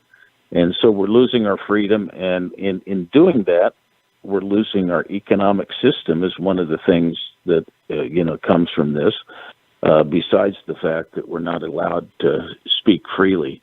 Now it impacts our pocketbook, which is essentially an enforcement of an idea. Yeah, they're hitting us. Oh, no, they want the electric cars. So they're going to release the petroleum reserves. We have nothing left in the reserves. The Saudi Arabia is going to cut down on their production. So we're going to have gas shortages. We're going to see rationing of gas again, like we saw in the late 70s under Jimmy Carter. And I know, Ted, you, and I'm sure, John, you remember those days, odd or even days, depending upon your license plate. They're going to go back. Odd or even, yeah. They're going to go back and say, well, you wouldn't have this problem if you had an electric car. Well, yes, if everyone had an electric car, then we have to ration the electric grid because the grid cannot support everyone having an electric car. Catch-22. There's no other way to describe it. Well, especially if your grid is powered by... That's right. Especially if you have your grid powered by windmills. Guess what happens in California? You have electric vehicles, and then Governor Newsom says, our windmills aren't producing enough power, so please don't charge your vehicles. Well, wait a second. What do we do? Now think about this one. Let's say there's a disaster. Yeah. Well, I've got an answer to the windmills in California. Just let Nancy Pelosi and what's her face? Oh, good Lord, I can't forget. And Gavin Newsom keep on talking because they'll generate enough hot air to get those windmills turning. Well, I wish we could sort of bottle that up, and and the problem Waters. is once the hot air goes, you can't store the hot air. That's only generated right there. Think about this: the next disaster in California, which is set up geographically for disasters, that's just the way it is, and everybody decides they have to leave LA because of a fire or an earthquake. Now you go up I-5, the Central Freeway in California, and everybody drives their electric vehicles up there. Now, what happens when they start stalling out? That's going to be a real good one, because then you sit there in traffic, you don't have enough juice to keep going. Everybody stops, and you have a big parking lot of electric vehicles, and nobody can go anyplace. There's not enough ever-ready bunnies. Yeah, exactly. Not enough ever-ready bunnies. One thing about fossil fuel, you can put it in a can and go deliver it to somebody, and then you get Teslas, and Teslas, can't be towed. You have to have a special Tesla person come in and work on your stalled vehicle. Oh, yeah. You can't have a normal person work on a Tesla because it just doesn't work that way. So that is very scary. And then what nobody thinks about, these great people who are talking about the planet all the time, the planet and global things. And globally, every time you make a large car battery, you're probably killing another kid in the Congo who is down in those mines getting cobalt. We don't have enough rare earth materials to make the batteries we're selling now. But what happens if we really goose up like we want to do in California and quadruple the number of electric vehicles out there? We don't have enough rare earth minerals. And of course, the price is going to go sky high because of that. And then we're going to be saddled with a bunch of old car batteries, which are gigantic, which have all these, and those are environmental time bombs, because we're going to have millions of these things that you really can't recycle effectively without using a lot of power. And so, nobody thinks about the real long-term ecological and environmental implications of these electric vehicles. They're terrible. No, even if you care about the so-called planet. No, and here I'll throw some more monkey wrenches into you, because as you said, these batteries are highly toxic, and to replace the battery itself costs more than the car itself when you purchased it. So, can you afford a new car, or can you afford to replace the battery in your existing car? You can't afford either one because you're paying $65 or even more for these cars. And you can go into a used car dealer and pick one up for $6,500. And it runs on gasoline. You get it at your local pump. But where do you get those rare earth materials? Oh, yeah, that's right. We gave up Afghanistan, which is a treasure trove of rare earth materials. And who was there less than 5 minutes after the last copter took off with the Americans in it, or the Americans that were able to get out, and our allies that were able to get out and are still stuck there behind? Afghanistan, welcome over, China. You can dig for all these rare earth minerals. And who just picked up from the Department of Energy all the copyright and information and plans for these new batteries? Oh, geez, they were sold to a company in China, controlled by Communist China, and a company doing business in China, the second one that is also now being controlled by Communist China because they're doing business in China. And who's going to manufacture these batteries? Communist China. And who is Joe Biden telling us to buy the cars from? Communist China. Right. And then, of course, once China, takes over Taiwan because we have a corrupt president. For the chips. Now, they're the main chip makers in the world. So the chips will also buy from Communist China. And you know why the Chinese are taking control of these things? Because whatever you say about them, they're actually astute people. Now, unlike the people in America who seem to have lost that, at least certain portions of Americans have seemed to have lost that. So it's a really terrible situation we're facing. We're just trying to wreck our economy is what we're doing. And think about what Biden did with one stroke of the pen by stopping the leasing of these oil fields. I mean, it's inflation, and now, of course, what does Saudi Arabia think about us? Because John Kerry is out there not only fighting climate change, but trying to do an Iran deal so that Iran can get some bombs and wipe Saudi off the face of the globe. And then, of course, Biden then comes to Saudi Arabia, of course, while he's prosecuting bin Salman. Then he comes in and says, so please give us some more fossil fuel because we need it because we restricted our production. It's so silly. Yeah. And I don't know if you saw this, but when Trump was in office, he tried to replenish the petroleum reserve by buying oil at $24 a gallon. And of course, Chuck Schumer was proud that he stopped Donald Trump from doing that stupid thing. And now Biden, of course, wants to buy oil at $80 a barrel. Well, when it comes to Schumer, there's a Yiddish name I substitute for Chuck. It kind of rhymes with it, if you know what I mean. Yes. Yeah. Yeah. Or Chuck U. Schumer. Yes, exactly. Exactly. Yeah. But what do you do about this when and Ted, you get back to this whole idea of the media, the messaging that the normal person out there gets, that gets his wisdom from CNN. It's really pretty bad because none of this stuff is really talked about in common sense way. You don't hear both sides of this because when people hear both sides of these things, these issues we're talking about, they're kind of no-brainers. You just got to have common sense. Yeah. Well, you notice that petroleum reserves are released just 2 weeks prior, a little over 2 weeks prior to the election. So now by the time you head to the polls, your gas may be down about 20 cents. You're going to feel good about it. It doesn't matter that prior to Biden being elected, you had gas below $2 a gallon. In some areas, I filled up my tank prior to the election at $1.69 a gallon here in South Carolina. Most people are paying $1.89, $1.99. And now you're paying $3.86, more than $2 a gallon more than less than 2 years ago. But that's okay. It went down 20 cents prior to you going to the polls. So you're going to vote for Fetterman. You're going to vote for anyone that Biden is out there campaigning for. Oh, yeah, that's right. Obama's out there campaigning, too, for the Democrats. So I don't know how well that's going to go. Well, yeah, well, I'll tell you this. You're lucky if you're paying $3.49 in California. You die and go to heaven for that.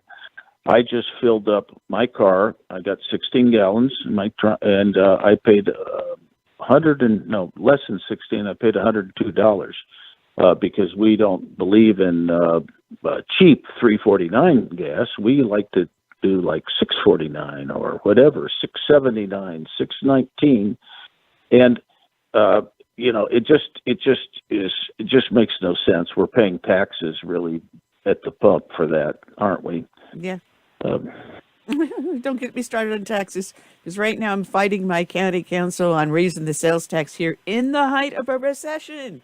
Oh, but that's all right. The tourists are going to pay for it. We're in a recession. How much tourism do you think is going to come here? I mean, if you're going to be charging 7% sales tax, what would stop that person from going a few hours further south to Florida with taxes at 4%, or going over the border to Georgia or North Carolina, where they're going to keep their taxes lower than us? So bye-bye tourism dollars, and it's going to be 100% on the residents. And who's going to pay the worst? The poorest among us who can't afford that tax. That goes on not just your groceries, on every single service and goods you purchase. Your utility bills, your phone bill, your TV, your internet, your babysitting. Forget about buying clothing for your kids for schools or cleaning products for your home. Those very basic things. But then forget about going out to dinner. You kill the hostess industry right there. So brilliant. And the height of recession. Well, Annie. Annie, I have a response to you on that one, though. I think President Biden has helped cure inflation because he passed something called the Inflation Reduction Act. Doesn't that reduce inflation? Here's the deal. You spend $875 billion, and then you reduce inflation. Doesn't that make sense to you? Yes, it does. It makes yeah. Yeah, it really does, like having Christmas in July. Well, yeah, John, exactly. Think about, well, it has been a pleasure having you with us. I do have to call into my next guest, and as Ted dropped out and my normal co-host Curtis is not with me, I'm handling this like a one-armed paper hanger trying to handle the switchboard. But I want to have you back. There's so much more we can talk about because you are always such a pleasure to talk to, so knowledgeable, and anywhere you go, I can follow. Well, Annie, it's been a blast. So let's do this again soon. All right, and people can find your book up on Amazon. There's a link on the show page to Postgate so that people can see your research and what you've done and how you're opening the eyes to everyone out there. God bless you, John. Yeah, and let me do one more pitch, and that is I have a sort of a beach read called The Mysteries of Watergate, What Really Happened. It's kind of the fun stuff of all the things that the Post didn't tell us. So that's a good one too, besides Postgate. So anyway, great talking to you, and we'll be talking in the future. Absolutely, John. You have a wonderful weekend. Take care. All right. See you. John O'Connor, check out his book, Postgate, and check out his blog. He is such a blast to talk about. What I'm going to do is I'm going to take a little bit of a break while I try to bring in our next guest. And in this case, I'm going to play the Ronald Reagan Pledge of Allegiance. So sit back, relax, and enjoy as I pull this forward. And bear with me, like I said, Curtis is not here, so I'm like a one-armed paper hanger here. Here we go. If we look to the answer as to why for so many years we achieved so much, prospered as no other people on earth, it was because here in this land, we unleashed the energy and individual genius of man to a greater extent than has ever been done before. Freedom and the dignity of the individual have been more available and assured here than in any other place on earth. The price for this freedom at times has been high, but we have never been unwilling to pay that price. Those who say that we're in a time when there are no heroes, they just don't know where to look.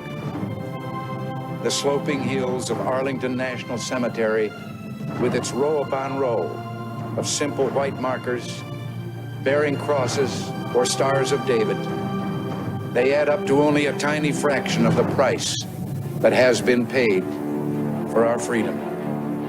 Each one of those markers is a monument to the kind of hero I spoke of earlier. Their lives ended in places called Belleau Wood, the Argonne, Omaha Beach, Salerno, and halfway around the world on Guadalcanal, Tarawa, Pork Chop Hill, the Chosin Reservoir, and in 100 rice paddies and jungles of a place called Vietnam. Under one such marker lies a young man, Martin Treptow, who left his job in a small-town barber shop in 1917 to go to France with the famed Rainbow Division. There on the Western Front, he was killed trying to carry a message between battalions under heavy artillery fire.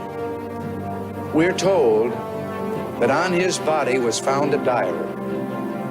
On the flyleaf, under the heading, My Pledge, he had written these words: America must win this war.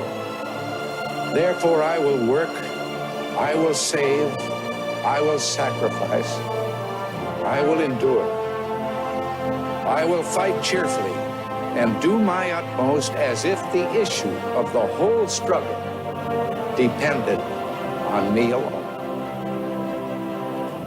We must realize that no arsenal or no weapon in the arsenals of the world is so formidable as the will and moral courage of free men and women.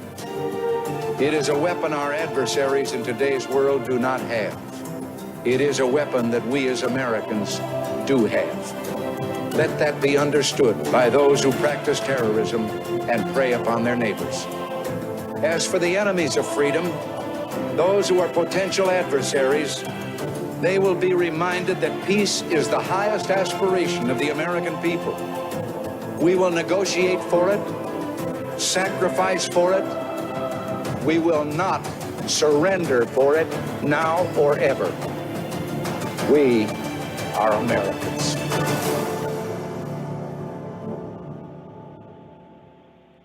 right, that was Ronald Reagan on the pledge.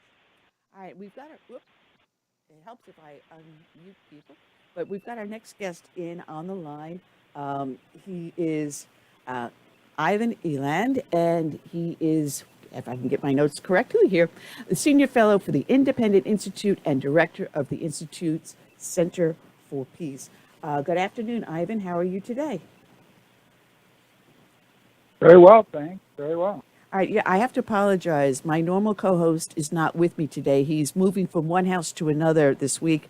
And I had a guest co-host who will pop back in very shortly, former Congressman Ted Yoho, but he had to step away for some important business. So I'm flying solo at this moment and doing as well as a one-arm paper hanger. So just bear with me today. You recently wrote an excellent article about Saudi Arabia and their partnership with the Biden administration. What a debacle that has been. He has done anything and everything to make us less energy independent. We had it in the palm of our hands. and we didn't need to get entangled anywhere else just for oil. And he blew it big time, didn't he? Well, I think it was a mistake for Biden to coddle the Saudi dictator, and we have to say that he is a dictator. He has a lot of human rights violations, not only in his suppression of dissent at home, in particular women, but others as well in Saudi, and also the murder of a journalist in Turkey, and also his very bloody and really attacking civilians in Yemen. So he is not what you would call a human rights paragon. Now, of course, you know, the United States has to deal with people sometimes that they don't like. However, in this particular case, Biden had been very severely critical of MBS, Mohammed bin Salman is his name, the de facto ruler of Saudi Arabia, and Biden has been very critical of him before becoming president. And because Biden wants the gas prices lower before the election, the midterm election here, he decided to play nice with the guy, hoping he would help him out. Well, of course, the Saudis basically thumbed their nose at him. And there's no real reason in this day and age why the United States has to do this, because the power of the Saudis to control the world oil price has always been overstated. And the main reason for that is they've always been sort of the leader of OPEC and now OPEC Plus, which is, it also includes Russia. That is an oil cartel, and they try to have production quotas from each country. And what happened here was, after Biden schmoozed with him, he raised the, he lowered everybody's production quota, or I should say OPEC followed the Saudi lead in doing that. However, the problem with all cartels is that when the oil price is high, and it's still relatively high, people cheat. The countries cheat on their quotas. They'll say they'll do a quota to be nice to the other OPEC countries, but then they'll cheat. And so the price of oil in the long term really is not controlled by Saudi Arabia. The other issue that we have is back in World War II, Franklin Delano Roosevelt had agreed with the founder of Saudi Arabia that they would ensure that we got oil if we would provide their security.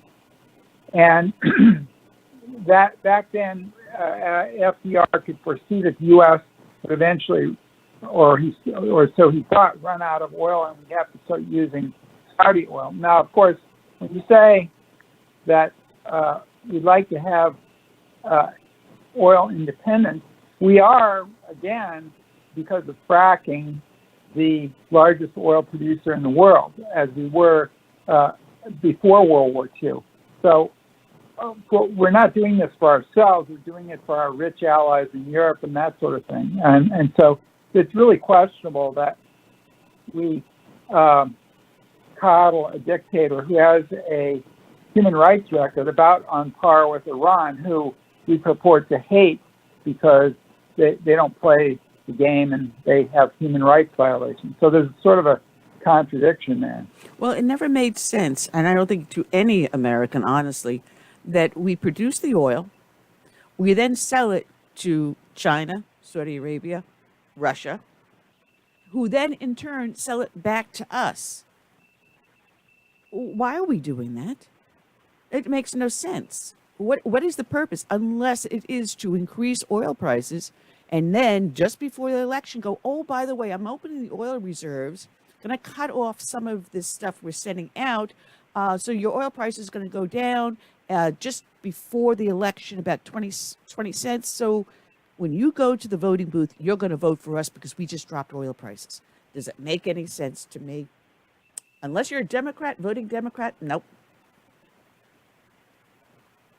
Well, it's the real issue, of course, is can anyone really control the oil price? It's very difficult to do because there's a worldwide market for oil. But the problem that comes in is that the Biden administration is also using the Strategic Petroleum Reserve to dump oil on the market to bring the price down before the election. The Strategic Petroleum Reserve is really designed for real emergencies where you have an oil embargo or there's been a large hurricane that knocks out the Gulf oil refineries and that sort of thing. So they're kind of misusing it. Biden is not the first president to do that, but he's doing it for, electoral purposes just because the price is high. And that's not what the Strategic Petroleum Reserve is supposed to be for. I would say we probably should just, if he dumped it all out, he never refilled it, but he says he's going to refill it at a later date, that would be the best thing, because we really don't need the Strategic Petroleum Reserve, because the best way to get oil and the cheapest way to get oil is to buy it on the world market. And the reason that we buy oil, even though we produce a lot of it, is because our oil is no longer the cheapest oil because fracking is expensive. But the oil in Saudi Arabia and other places is cheaper sometimes. But there's really nothing wrong. And I think this idea that we should be oil independent or energy independent comes from the 1970s. But there was a Congressional Research Service study a few years ago that said, well, you can move to oil independence, but it's going to cost you more because you can get the oil, in this case, cheaper elsewhere and save your own if you think it's such a valuable commodity. So oil independence is sort of something that politicians like to say all the time, but we can do that if they want. It'll be a lot of economic pain, and also it's going to cost a lot more to get energy. And so the market is best, just allowed to work with no Strategic Petroleum Reserve, no coddling of OPEC, no anything. You just pay the bill. And therefore, if you just pay the bill and we don't expect anything out of Saudi Arabia, we can have a much more independent policy vis-a-vis that country than we do at this point. Well, I'm going to bring my co-host Ted into this because, Ted, I'm going to ask you, I'm questioning some of the premises he's making simply because there's two things. We've had the pipelines cut off. Biden has cut those off completely. And that was a major source of oil. He has prevented new drilling on lands that people already hold the permits on, companies already hold the permits. We have not developed a new refinery or built a new refinery since the 1970s. So any oil we produce, the vast majority, yes, we have to ship out to have refined because we stopped refining them here. So if we get the refineries back open, we open up all the pipelines and all the other lands with permits, I believe we can more than cut the cost of our oil production here in half and have the cheapest oil in the world and then export that cheap oil everywhere else. Am I looking this right or wrong, Ted?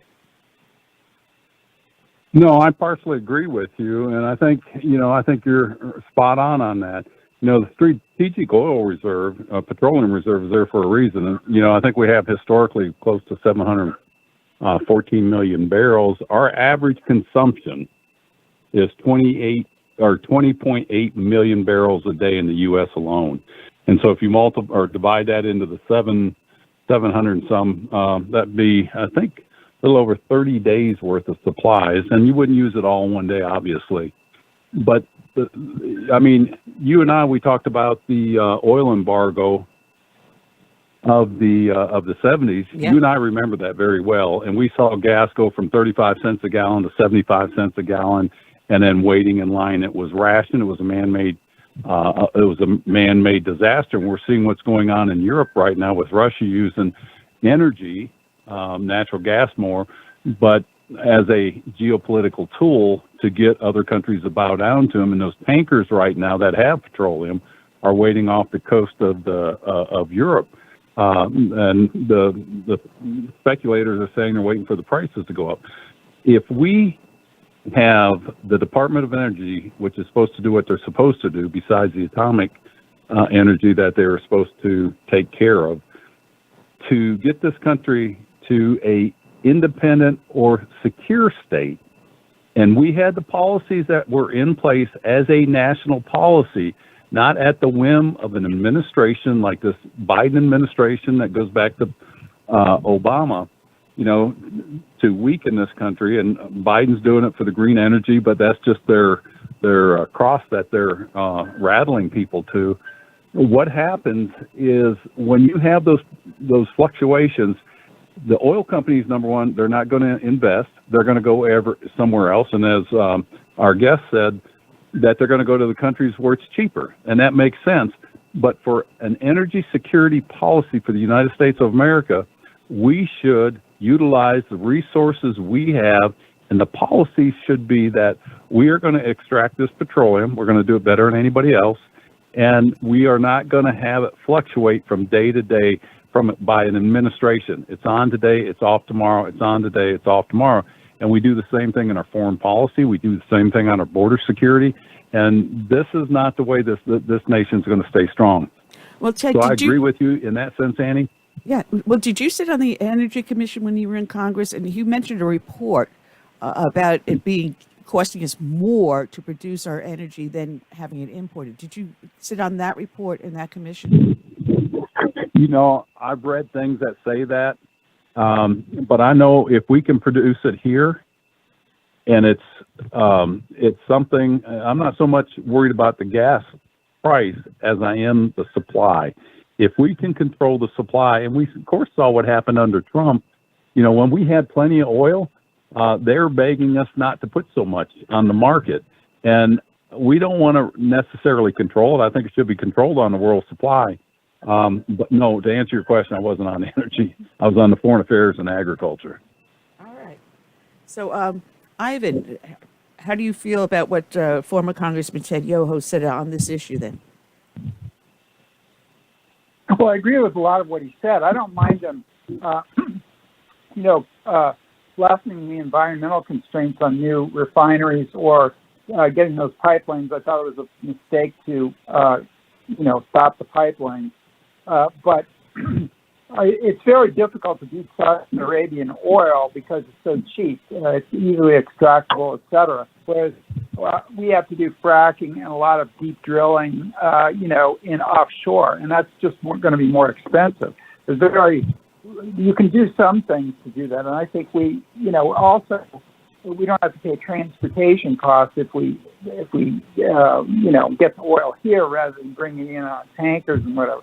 It's hard to beat some of the really low cost producers, but my only problem is I think this idea, and it's a good talking point, but energy independence, it's protectionism, and you wouldn't say, well, let's protect textiles or something coming into the country because it'll raise the price of textiles. And so I think this energy, it's billed as very important.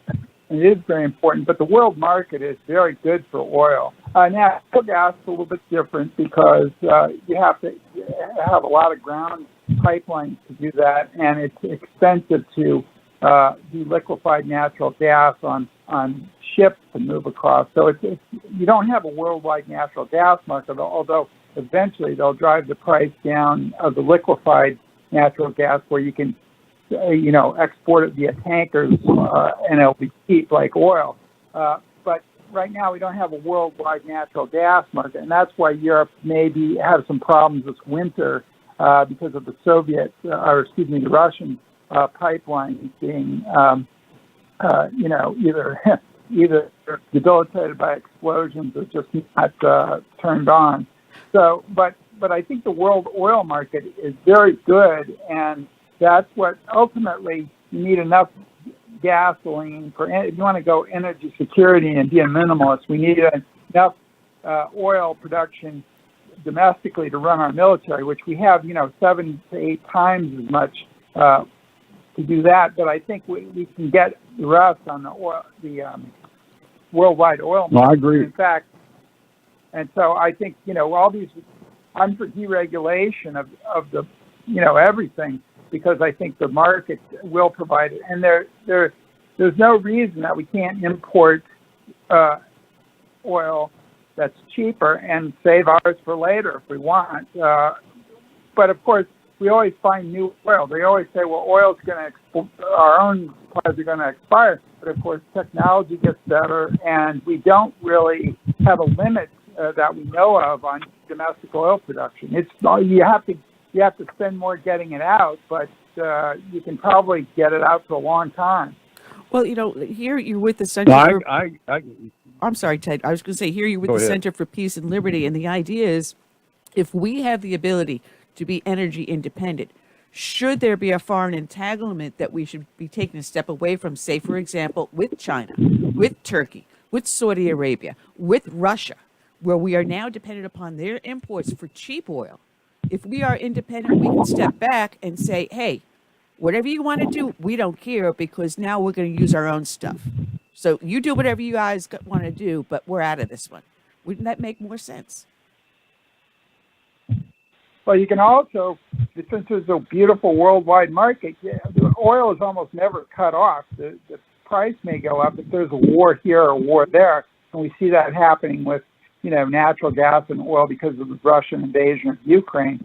But that's usually temporary. And even if there's a war in the Middle East, during the Iran-Iraq war, which lasted 8 years, it's very interesting that they allowed the tankers to go through the Persian Gulf and get to where they needed to go. There was no crisis during the duration of that war. And also, if there's a war or something that impedes production in one country, or sanctions, like we have these sanctions against Iran and Venezuela, we may have those because we don't like the regimes there, but also it takes oil off the market. So if something happens like that, other countries, the price will go up, and other countries will go, well, I'm going to produce more. Even if I have to cheat on my production quota, I'm just not going to tell everybody because it's just so lucrative to produce this stuff. So, and then of course the price goes back down. So I think we could avoid, I think both parties have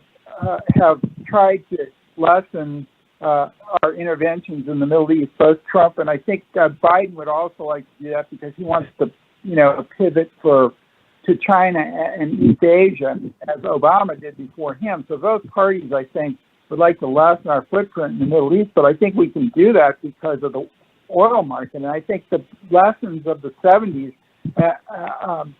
where it's exactly correct that was a man-made or a government-made situation because there was a production cut, but they should have just let the price rise. But we still had price controls at the time on oil, and as you saw in Japan where they had no price controls on oil, they just pay, the market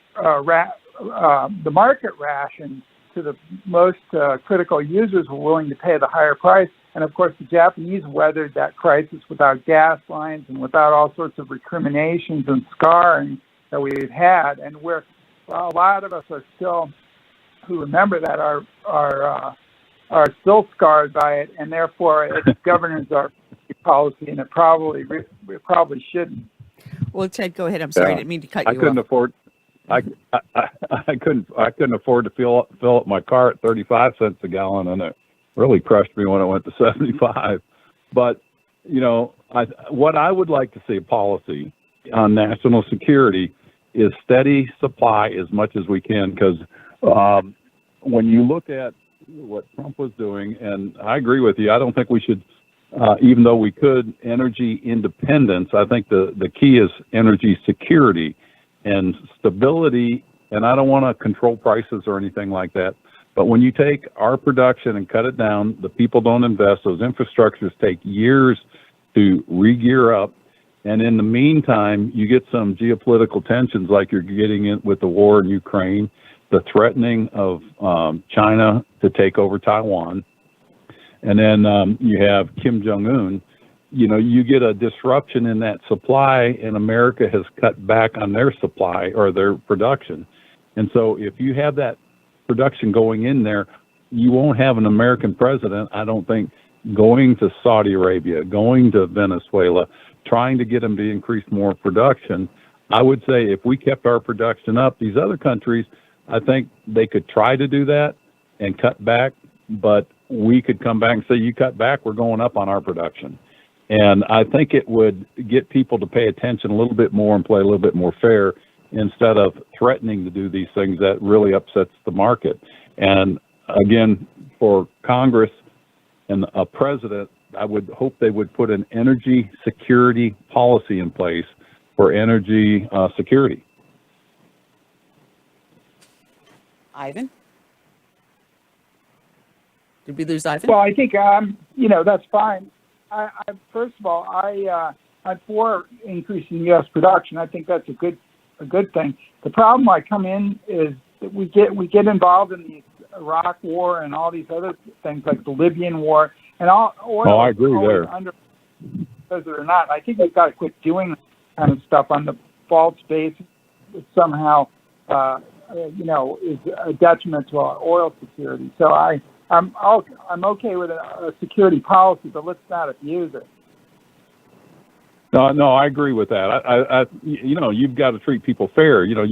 People want to do business with people they know, like, and trust, and you've got to have steady policies that live beyond an administration. And certainly they can change it. And you were talking about the endless wars, and I missed the first part of your segment. One of the things we tried to do, and if you've covered this already, just tell me, is get rid of the AUMFs that are operating from, 2001 and 2003, I think it is, which gives the president, he can go into those wars and keep extending it. And that's what we've seen. Those things need to be brought to an end, and any act of war needs to go through Congress. What are your thoughts on that? If you've already covered, just let me know. Well, I'm 100% behind you on that one. I think, and people say, well, Congress wrote those too broadly, and I say no. U.S. administrations, Bush, Obama, Trump, and Biden, they've all abused the wording on there. The 2001 AUMF said we're supposed to hit the perpetrators of 9/11 and the people who harbored those perpetrators.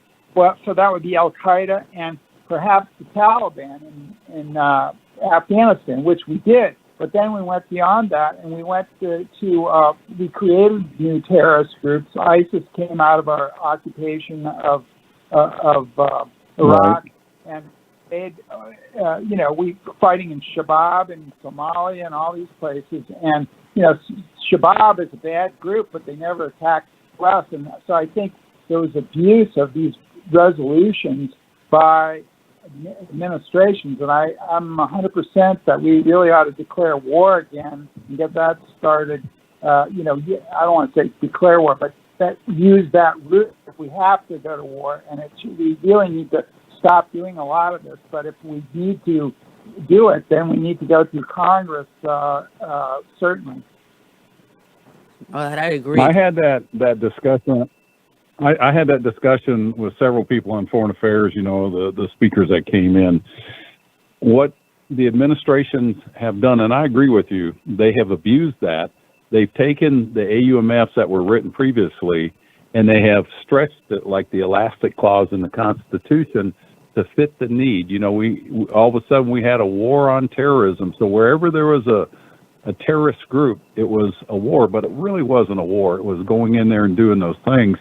And I argue that you're not attacking a nation, you're attacking an ideology. And, that would be like having a war on communism.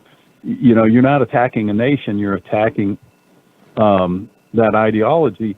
And how do you win those? You can't win those, I don't think. And if you have an idea how you win that, and versus having a war on a nation state that people understand, and, you can direct your focus on, but these pockets of ISIS and terrorism back in the days when they were popping up everywhere, and let's hope they don't, you start going into these countries where we had no business going into. Well, and that also creates blowback against U.S. targets as well. Yeah. We have to bring back Congress so that anything they pass must be proven by the enumerated powers in the Constitution, and that's that. Anything beyond that, that'd be a good start, must be erased and must be removed. I mean, we've got an alphabet city of agencies in there. We don't know what 90% of them do. And yet, this is our shadow government determining our everyday life, from the light bulb we use to the toilets we use and the amount of water it flushes. It's got to stop. But I want to thank you, Ivan, for joining us. And people can find you at the Center for Peace and Liberty. And thank you for the hard work you do, sir. And enjoy your weekend. Thank you very much. Appreciate it. Ivan, I appreciate it, and I appreciate what you do in your institute. Yes. The Center for Peace and Liberty, incidentally, is at the Independent Institute in Oakland, California. God bless, sir. Well, thank you. Thank you very much. All right. Thank you. Ivan Eland. We got our last guest, our last victim in on the show here today, Ted. And we have the one, the only, Virginia Allen, who is the senior news producer and podcast host at the Daily Signal out of Heritage Foundation. Good afternoon, Virginia. My guest co-host with me today is former Congressman Ted Yoho. How are you today? Oh, it's wonderful to be with you all. Thank you so much for having me back. Oh, it is our pleasure. Hey, Virginia, how you doing? Good. Well, you know, one of the top news stories today, blasted last night, is the resignation of Liz Truss, the Prime Minister in UK. Holy cow, what went wrong there? Wow. I mean, wasn't that surprising news? Wasn't that shocking that after she was only in office for 6 weeks and then she chooses to resign, really is very pressured to resign, not only from those who oppose her from the opposing party, but even from people within her own party. I did a podcast interview, a Daily Signal podcast interview with Niall Gardner, who works here at the Heritage Foundation and actually worked for Lady Thatcher.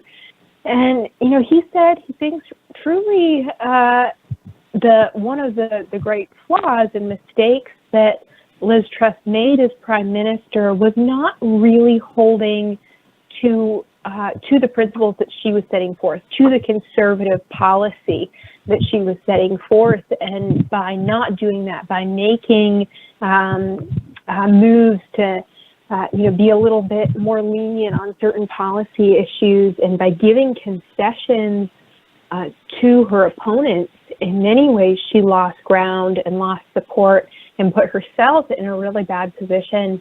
And now all of Great Britain is paying the price for that.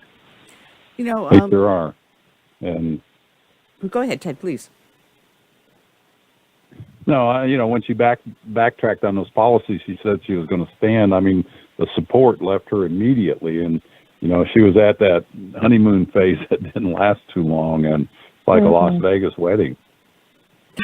That's one way to put it. Yeah, that is a good way to put it. Well, and I know. Well, I asked Niall Gardner when I spoke with him. I said, we obviously saw Boris Johnson pressured to resign. He resigned. Now Liz Truss. And I asked, is this a problem with the politicians themselves, or is it more so, the people of Great Britain just don't know what they want, and that's why these folks keep resigning? And he said, no, there's really there have been some issues with the policies that have been put forward. Obviously, this is a great moment for Great Britain to decide what they want their future to look like. And there's a lot of folks, including Niall Gardner, who think Boris Johnson, may end up once again being the Prime Minister of the UK. But didn't he get ousted for being just as wishy-washy? That will be interesting to follow that. Yeah, but wasn't he ousted because he was just as wishy-washy? So you get one wishy-washy for another wishy-washy? Well, my hope is that if the British people say once again that they have faith in Boris Johnson, that he'll get the message that he can't be wishy-washy anymore, that he needs to stand firm on these policy issues and really deliver. This is a way to be seen. I also heard rumors that there was someone else, an associate of Boris Johnson, that may step in instead. I didn't know if you or Niall Gardner had heard anything. No, I have not heard that, and Niall did not make reference to that, but it wouldn't surprise me. And I think so many people see these these times where it is quite tumultuous politically, as, hey, what an opportunity to throw my hat in the ring. So it's going to be fascinating. I think we might see some really interesting people come out and say, they'd like to step up and try and fulfill that role. But ultimately, it'll be really fascinating, I think, to see what the British people want. Well, it's a good time for a dark horse to step in, and that'd be very interesting Certainly. to just who it would be and what's going to come out of the woodwork. And this is all going to unravel over the next week, right? Right. So in the coming weeks, there will be movement, and we know that Liz Truss will remain in office as Prime Minister until her successor is found. But very quickly, things could change in Great Britain, and my goodness, they have certainly had a lot of big news coming out of their nation over the past 2 months. Yeah, from the death of the Queen, the ascension to the throne of Charles, but he doesn't get crowned until May next year, which I find very interesting. But then a prime minister that's in there less than 45 days before resignation, that's never been heard of in modern history. Great Britain That's right. is going under a lot of changes, and it's going to be very interesting to see where they go. But is this going to threaten their Brexit? That was one of the questions that I asked Niall Gardner, and he says yes, that Brexit, with this shifting, with this changing, Brexit does hang in the balance. And he said, he's concerned that if the wrong individuals come to power that are opposed to Brexit, they might jeopardize Brexit from moving forward. And so we might, end up seeing a very different Great Britain in the coming months and years. So that really, truly all hinges on who comes to power, whether the Conservative Party remains in power and is able to maintain their power in the nation of Great Britain, or if the people, throw up their hands and say, all right, it's time for a shift and a change. But it's true, Brexit is in jeopardy right now. Now, I'm just curious because we're going to have a midterm election here in just about 2.5 weeks. Do you think whatever happens here may influence what may occur over in England? May it give people hope for a more conservative bent, or do you think it has nothing to do with us and the whole world is just going to hold its breath and wait? I think American politics does have a great influence across the world. The world, of course, watches very closely what happens in the United States. Given that it's a midterm election year, that watching closely might be a little less, of course, than when it's during a presidential election. But I think it's very possible that we'll see some, shockwaves, obviously, at least across America and potentially the world. But it's an exciting fall across the nation, for better or for worse. It's certainly not a dull moment in history. Well, under this administration... Let me ask you a question, if I may. Oh, I was going to just make an observation first, just observation. But under this administration, I don't think more than 2 hours go past with a WTF moment occurring. So go ahead, Ted. It's true. No, I agree with you on that. With all the flux in the world going on, when you look at the geopolitical stance in the world, you see what's going on in Iran, you see what's going on in Cuba, South America, you have Bolivia. I mean, pick a country, there's stuff going on. And then Russia and Ukraine, you have what just happened in Great Britain. And then Scotland is talking again about, becoming their own country. This was a time, when we have this much angst and you throw in the economic strife going around the world with inflation and things like that. What do you see the likelihood of where this is leading? I mean, I wrote an article and it was called The Prelude to World War III, and I hope I'm wrong. But when you have this much strife going on and this much dissent, not just in our country, but throughout the world, it's not a healthy thing, and there has to be a way to overcome that. But what do you read in the crystal ball? Yeah. Oh, if only we all had one of those, right? Yeah, right. I mean, I do think there has to be a tipping point, right? Right. That there is a level of where I think the American people are really tired of this train continuing to go downhill, and they're watching as the Biden administration has taken our country in a direction that many Americans can't recognize. I mean, when you have girls in a high school that can't have privacy in their own locker room because there's a biological male who says he's a woman who's going to use that locker room. I mean, really, truly, these are issues that 5 to 10 years ago, people would have laughed if you would have told them that these were going to be the situations we were facing when people's free speech It'd be a Saturday threatened. Night Live skit. Yeah. That's right. That's right. I thought this is. I thought this is. Exactly. So, I think there does come a point when, the American people will demand there to be change. And of course, that's where elections come in. And that's the beauty we have of living in a democracy, that we get to choose who leads our country. Yeah. And, we have to remember that, when we elect people, we are voting for their policies and their policy stances. And that's exactly what we have seen from the Biden administration is, he has brought in all of the far left policies that he said he was going to bring in, and much, much more. And we're seeing the fruit of that. And honestly, we're going to continue to see the fruit of that, because there's no sign of change, despite so many Americans, even now some Democrats, starting to criticize President Biden.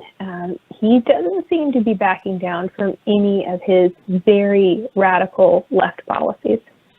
Well, I liken it, or I go ahead, Annie. No, I was going to say it was going to be segging into the next thing I was going to ask, but finish your thought. Go ahead, Ted, please. Well, you've heard me say this before about, it goes back to the Obama administration. We're going to fundamentally transform America. He had 8 years to do that. Hillary Clinton was supposed to come in. Donald Trump was a spoiler. And now they're going right back to what they were doing under Obama. And they want to complete the fundamental transformation of this country. And, over half of the country says, no way in heck you're going to do that. And, this is coming to a flashpoint in this country. I hope it's peaceful. I hope it's something that we get through with the next election. And you said that's why elections are so important, and it is. But the people have to understand the issues, and they have to realize that elections have consequences. And there's not this utopia that the squad and the left is saying about socialism is going to be wonderful. It's going to be a utopia, because all you have to do is look at Venezuela 10 years ago and see where they are today. That's America, and people didn't think it would happen there, but it did. And we're not far from that. And correct me if I'm wrong on that. No, I think that's an accurate assessment. You look at nations where socialism has been tried, and everywhere it has failed. There's not one nation where socialism has succeeded, and so to think that it's just really almost bewildering for anyone who can believe that could work and would be what is best for America. The American people know what is best for our nation, and that is to continue to preserve. Half of them. Hopefully more of them are waking up to it. But that's, to preserve our Constitution and the principles given to us by our founding fathers. And I consider myself an optimist. I do think that, America is going to be able to kind of pull through some of these challenges and right the ship. But it might be rough for a little while longer. No, we got to believe in the system, and we've got to participate in the system. And I believe in our system if we don't change it or allow it to be changed. Well, now you've opened me up for the next segue, because you wrote an excellent article. And this is another WTF moment. I will say one name, and Virginia, I'll let you go at it because you know what I'm talking about. Stacey Abrams running against Kemp in Georgia for governor. One of the most brain-dead comments she ever made, and it was a WTF moment. Like, I can't believe that actually came out of a human being's mouth. This was very fascinating to see. So earlier this week, Stacey Abrams, for those who didn't catch it in the news, she joined MSNBC's Morning Joe, and the conversation was largely about the economy and inflation, and she said that abortion, she said, is an economic issue. And I'm going to quote her words. She said, "Let's be clear. Having children is why you're worried about your price for gas. It's why you're concerned about how much food costs. For women, this is not a reproductive issue." So she was very clear that in her mind, abortion is an issue that's directly tied to the economy. And my goodness, to say that having a child comes down to just an economic factor, and that women should be allowed to take the life of a child in their own womb in order to, help quell concerns over high gas prices and food costs. I think this is just more of the radical left showing their true colors, honestly. Sometimes, as shocking as these things are, I'm honestly glad when the radical left just shows us this is really who they are. This is actually truly what they believe. And this was a telling moment that the world watched as Stacey Abrams said, abortion, it's just an economic issue.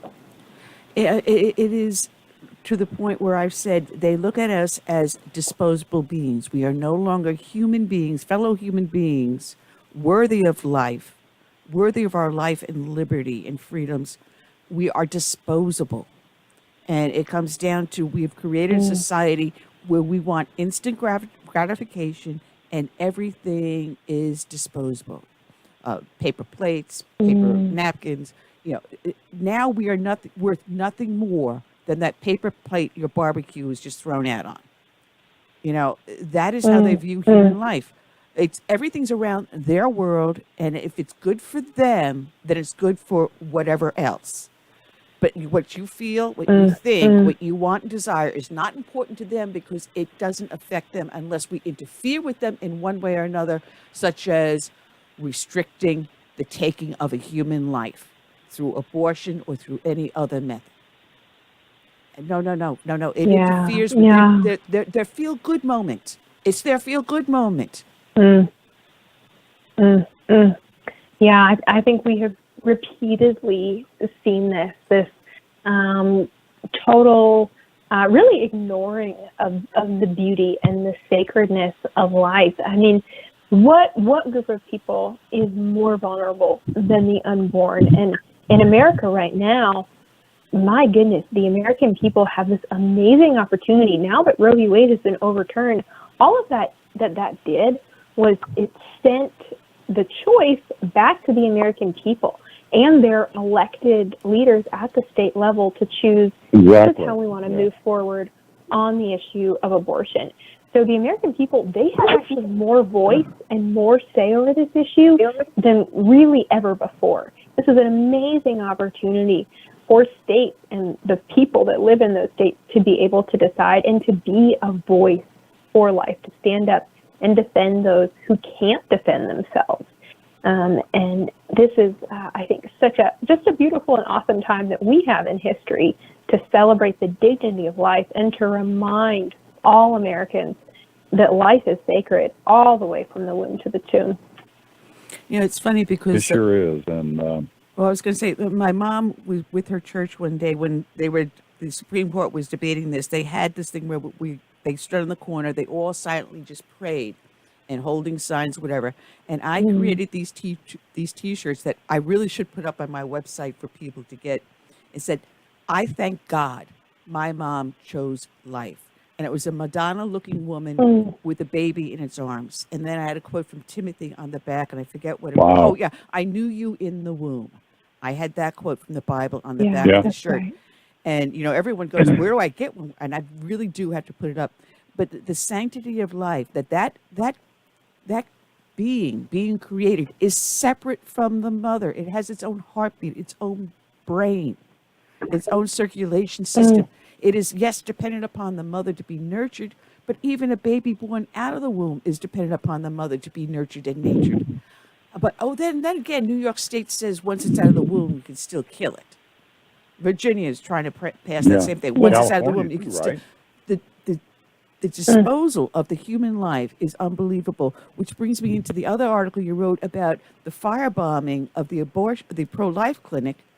But if, heaven forbid, you stand in front of or in the hallway of an abortion clinic and talk to the women or sing or pray with them, no, you come away in handcuffs with guns pointed at your head, but you can firebomb a pro-life clinic and nothing happens. You don't hear hide or hair from the FBI.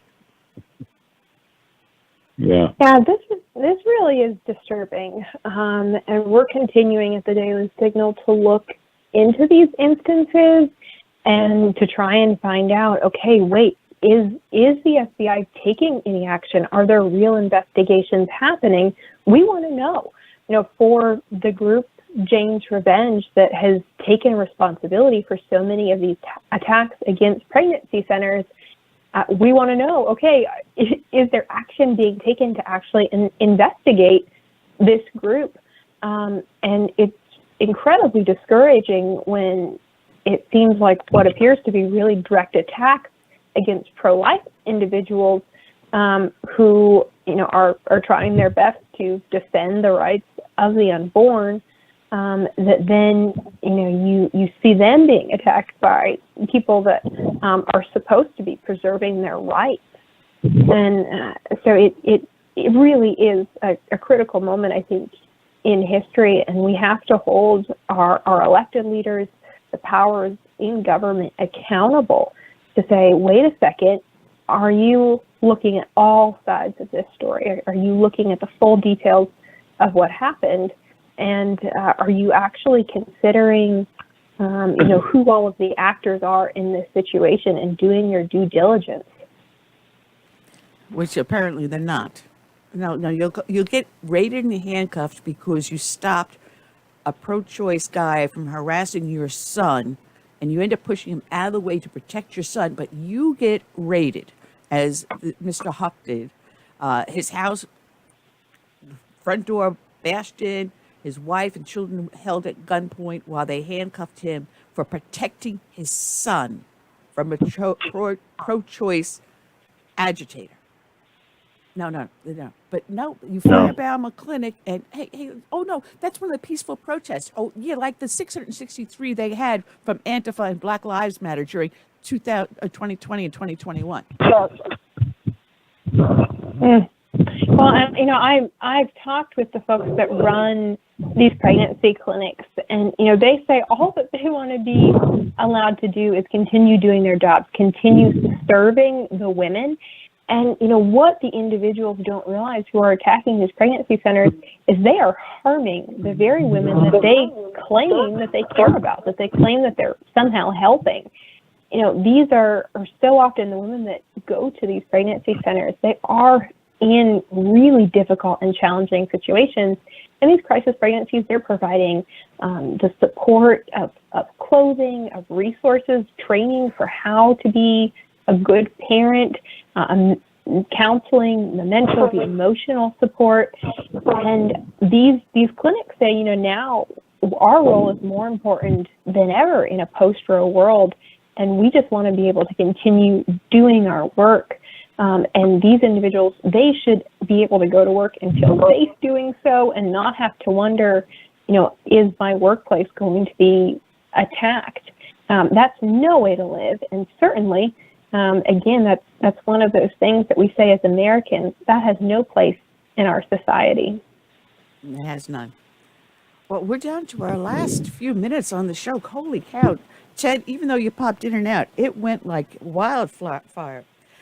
People can find you, Virginia, over at the Daily Caller, where you are the senior news editor there, as well as you hosting your own podcast. When do you do your podcast? Right. So the podcast actually comes out twice a day. It's the Daily Signal podcast. You can find it wherever you listen to podcasts. Our morning show is an interview edition, and then the evening show is a top news edition, where we bring you the top news of the day. And then I also co-host for the Daily Signal a podcast called Problematic Women that comes out every Thursday morning. And you can find both the Daily Signal podcast and Problematic Women wherever you listen to podcasts. Man, when do you got time to eat and sleep? Holy cow. Yeah, really, Virginia. We certainly stay busy here at the Daily Signal, but we have a lot of fun doing what we do. I mean, I wish I could have You guys half do your a great staff. job, too. Yeah, I need Thank half your you. staff here because I do this all by my little old lonesome, putting it all together. Annie, I think that's amazing. I think what you do is impressive. Oh, thank you. Thank It you. really is. Well, I got to welcome you back anytime you'd like. Just tap Tom on the shoulder and say, hey, listen, that crazy lady down in South Carolina, get me back on her show. Sounds like a plan. We'll make it happen. Oh, well, God bless for the hard work you do, Virginia. And thank you so much for joining us. Thank you both. It's been a pleasure being with you. All right. You betcha. Virginia, you have a All great right. weekend. You too. Bye-bye. Check out Virginia Allen over at the Daily Signal at heritage.org. Ted, oh man, my head is spinning. We're down to our last 5 minutes here. And I don't know, are you going to be joining us next week, or is Curtis going to be back with me? I don't know. He asked me to cover. I don't know if he'll be back. I am stationary. I'm not driving. I'm not traveling. I'll be up here in Georgia in the mountains. And yeah, that was a great show. The parts I caught. I'm sorry I had to get off there. But your topics and your guests are so informed, and they're so engaging and knowledgeable. And again, I know that you and I have talked about this. The role of your program is to educate people and get them to go to the right sites. Well, I hope I do. I hope I do that and get them off their butts and get them active so that we can take our country back. Last time I said that, I said it to my former state rep because she was helping people sign up to become precinct representatives. And I'm my precinct chairperson, I think, for the last 10 years. And she goes, well, why do you want to join the GOP and be the precinct chair? And I said, to take our party back. Oh, boy, did I get some heat. But it worked. Yeah. It worked. We swung it back to conservative. Well, that's and really what we needs to succeeded. be. Yeah. It's one Yeah, precinct at a it time. really is. And we can do it. Anyway, Ted, it has been a lot of fun. And we have next week, Mark Tapscott from the Epic Times will be with us, as well as with our heritage guest. Want to give a special shout out to those that were in the chat room here on Block Talk Radio, Facebook, and YouTube. And a special shout out to our friend Sweet Sue, who was in our studio listening in. So a special shout out to Sweet Sue. Thank you for listening.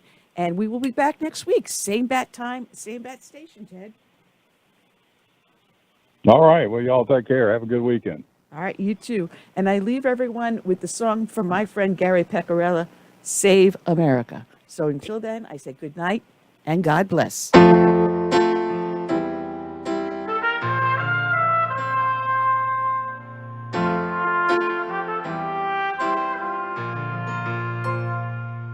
I'm praying for this land I love, America, America, the home of the free. But there are people making plans to change America. They've no respect for her or what matters most to me. That's why I stand for the flag and I kneel at the cross. Mourn for the friends I have loved and lost. And I still believe in God we trust, and the freedom our forefathers granted us. I hope it's not too late to save America.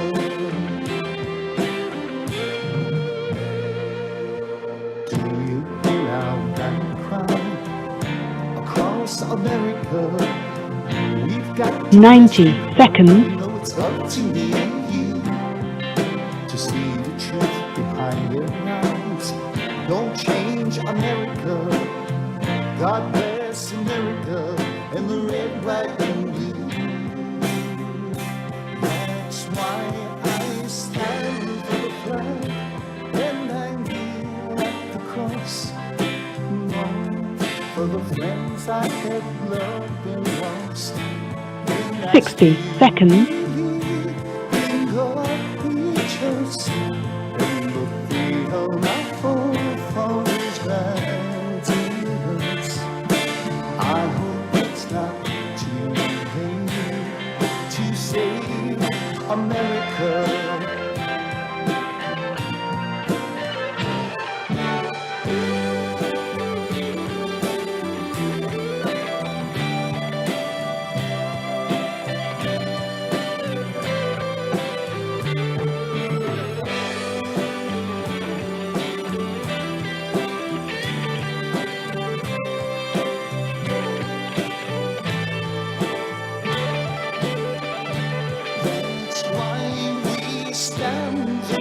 10 seconds. We kneel at the cross, for the friends we have loved and lost.